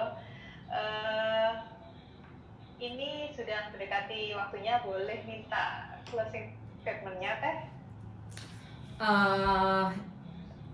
Saya sampaikan ke teman-teman ya, untuk menulis ini jangan takut salah, jangan takut jelek, jangan takut tidak bagus, karena teman-teman itu bukan seleb. Jadi kalau jelek, kalau salah juga emang siapa yang peduli gitu ya. Nggak akan sampai dihina atau sampai dimasukkan ke berita. Jadi teman-teman fokus aja menulis. Lebih baik menulis hasil sendiri meskipun typo dan banyak salah. Sekarang medsos juga bisa diedit kan, kalau salah bisa langsung dibenerin saat itu juga, teman-teman nggak usah khawatir. Untuk copywriting ini tidak membutuhkan ilmu yang ngejelimet sebenarnya, syaratnya hanya tulisan teman-teman enak dibaca. Orang lain nggak perlu tahu teman-teman itu punya ilmu copywriting atau enggak, yang penting tulisannya enak dibaca. Itu aja dulu. Miliki dulu habit menulis, masalah teknis nanti belakangan. Habitnya aja dulu. Konsistenkan menulis sehari misal minimal 3 kali, udah gitu. Kalau misal udah konsisten, baru nanti teknis ilmunya pelan-pelan dipelajari. Kalau misal kita sudah konsisten menjadikan menulis itu sebagai kebutuhan, ide itu datang sendiri. Oke, tuh ya. Masuk nih Mbak kesini, habit ya. Betul tadi nih Mbak. Karena nggak ada yang berhasil kalau nggak konsisten. Ya jangankan bisnis, jangankan menulis ya. Contohnya saya diet aja nggak konsisten ya saya gagal. Itu saya udah tahu lah, udah pasti lah. Kenapa saya gagal ya? Karena saya nggak konsisten diet gitu. Jadi kalau ada orang yang minta ilmu apapun terus dia gagal, terus ketika saya tanya apakah konsisten terus nggak konsisten, ya udah saya nggak akan berhenti. Saya sudah pasti berhenti bertanya. Ya udah, kuncinya cuma itu, konsisten. Kadang-kadang orang yang gaptek itu bisa lebih sukses dibanding orang yang gaptek tapi konsisten, itu bisa lebih sukses daripada orang yang pinter tapi nggak konsisten. Ya. Ya, kebiasaan seru banget niat sih. dan konsisten. Siap. Oh ya Mbak Dini, acara hari ini tuh adalah terselenggara karena sponsor dari beberapa teman-teman UKM nih Mbak, boleh saya sebutkan ya Mbak ya. Ini ada dari Fiona Cake Shop, kemudian ada BRD Soul Laundry, kemudian ada kuebolu.id, ada Amara Frozen Food, ada Zarita Food and Fashion, ada @5pajak.com, ada Master Penyet, ada Primera Pernikahan, ada Idola Kita, ada Muslim Madani, dan ada Salam Barokah Akikoh atau Akikah Indonesia. Ini beberapa teman-teman kita, para pelaku UKM. Insya Allah nanti dari kita semua peserta sore hari ini benar-benar akan memulai ya Mbak ya, materi hari ini menjadi trigger buat kami, terutama ya kayak saya konsisten, niat tadi ya Mbak ya, kemudian habit ya Mbak, ini habit ini yang kayaknya harus dipatokin banget ini. Oh ya, sebelum diakhiri nih Mbak Dini, mau ada sesi foto bareng dulu ya Mbak ya. Jadi sebenarnya di sini itu nanti akan ada giveaway dari Muslim Madani untuk foto terpilih, foto yang terbagus. Kita akan ada sesi 3 kali sesi foto. Yang pertama itu foto dengan konsep formal, mungkin kita fotonya senyum seperti itu ya. Oke, teman-teman panitia, Mbak Riksu, boleh saya menambahkan lagi sebentar? Siap Mbak Dini, silakan. Saya titip pesan untuk tadi tugasnya, mau nanti di-share sama Mbak Riksu, saya mungkin bisa komentar nanti di medsos teman-teman ya. Terus yang kedua, untuk teman-teman TDA, khusus untuk TDA aja ya, khusus untuk TDA Bekasi ini, barangkali teman-teman ada produk yang ingin saya iklankan, boleh dikirim, tadi alamatnya udah ada, Mbak Riksu. Tidak bayar, silakan yang punya produk apa aja, misal ada makanan atau apa yang mau saya bantu iklankan di medsos saya ada Instagram dengan followernya sekitar 79 lebih K ya, 79K. Jadi teman-teman silakan yang mau dibantu diiklankan, Mbak Risu nanti bantu kirim alamat ya. Tadi udah ada nomor handphone saya, gratis ya, gratis, silakan. Ya, makasih banyak nih Mbak Dini. Jadi teman-teman, jadi banget nih. Hanya untuk TDA saja. Bisa diiklanin gratis nih. Boleh produk anak-anak juga bisa, karena saya ada anak laki-laki 3. Produk bayi juga boleh. Siap. Ini tadi tugasnya Mbak Dini, saya ulang lagi ya Mbak Dini ya. Jadi temanya itu adalah jangan mudah meminjam uang. Yang kedua, sebelum kamu mengeluh karena penghasilanmu lagi menurun, silahkan baca ini gitu ya Mbak ya. Kemudian saat kamu berangkat dari keluarga yang miskin, maka rasa lapar untuk sukses akan jauh lebih hebat ya. Buatlah tulisan dengan tema di atas ya, pilih salah satu dari 3 tema di atas, kemudian gunakan foto sendiri, hubungkan dengan kisah dan bisnismu, minimal 250 kata, mention Facebook dari Dini Fitriah, I-nya 2, Dini Fitriah, beri hashtag FWI TDA Bekasi. Nanti akan diberikan komentar ya oleh Mbak Dini ya Mbak Dini. Ya, nanti kalau ada yang bagus, kalau ada yang bagus saya kasih hadiah deh. Oke, Mbak Dini. Ini kita masuk ke foto ya Mbak Dini ya. Jadi teman-teman mohon semuanya berkenan untuk membuka videonya karena ada giveaway untuk sesi foto. Untuk foto terbaik, nanti kita akan ada 3 sesi seperti sesi pertama tadi. Pertama adalah foto terbaik. Mungkin bisa dimulai. Kita bilang kata saya. 1, 2, 3. Saya.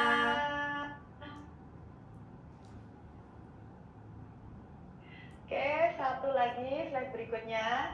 1, 2, 3. Kita bilang kata saya.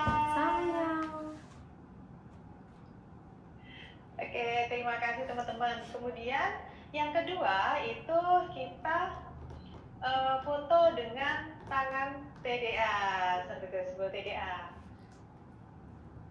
Ya. Oke, siap. 1, 2, 3. Oke, slide kedua. 1, 2, 3. Siap, makasih. Satu lagi nih Mbak Dini. Ya, ini kira-kira Mbak Dini mau memberikan gaya seperti apa ini? Arahin gayanya Mbak Dini. Oh, apa ya gayanya? Cinta. Oke, cinta gitu. Gimana Mbak? Cinta itu gini Cinta. ya? Oke. Bukan cuan ya, bukan cuan. Drakor nih Mbak, nggak ngerti cinta. Oke, ayo 1, 2, 3, cinta. Ya, bapak-bapak belajar dulu ya. Ayo Pak Irfan, ayo. Udah bisa semua belum ini sebelum di-tag fotonya ini? Ah. 1, 2, 3, cinta. Slide pertama. Oke, kita ambil Seru ya. yang slide kedua. Cinta. Oke, terima kasih semuanya. Terima kasih TDA, makasih keren. Semoga Alhamdulillah, suatu hari kita bisa sore ketemu hari langsung ini. ya. Iya, dengan jalan sempurna. Makasih banget. Kalau ada yang ke Bandung mampir. Kalau ada yang ke Bandung boleh mampir ya. Iya. Boleh mampir Terima ke kasih Mbak Dini. kantor. Terima kasih untuk teman-teman yang sudah hadir sore hari ini dan meramaikan acara hari ini. Insya Allah ilmunya sangat bermanfaat. Semoga nanti jangan lupa tugasnya tadi dikerjakan. Sudah di-mention FB-nya Mbak Dini. Insya Allah akan mendapatkan evaluasi dari situ. Kemudian terima kasih juga untuk teman-teman sponsor yang sudah berkenan untuk mensupport terselenggaranya acara sore hari ini. Saya Rizul, mohon maaf jika ada salah kata. Wabillahi taufik wal hidayah. Wassalamualaikum warahmatullahi wabarakatuh. Waalaikumsalam. Assalamualaikum warahmatullahi wabarakatuh. Terima kasih moderator. Terima kasih. Waalaikumsalam. Barisu ternyata doe pol ya. Kenapa? Medo Evol. Pol. Berdoa.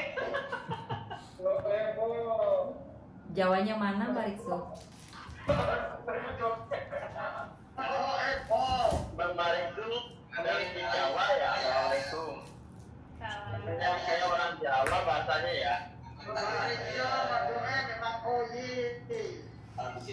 Mbak Dita untuk endorse produk nanti dikirim alamatnya sama Mbak Rizzo ya. Siap, nanti akan dipublish di grup peserta. Makasih banyak nih Mbak Dini sebelumnya ini. Sama-sama. Siap-siap minder juga saya. Nanti kasih ini ya Mbak Rizul, dikasih apa kode tiketnya juga soalnya takutnya ada yang bukan dari TDA. Oh, siap. Ya, oke. Terima kasih. Terima kasih Mbak Dini. Assalamualaikum. Waalaikumsalam warahmatullahi wabarakatuh. Waalaikumsalam warahmatullahi wabarakatuh.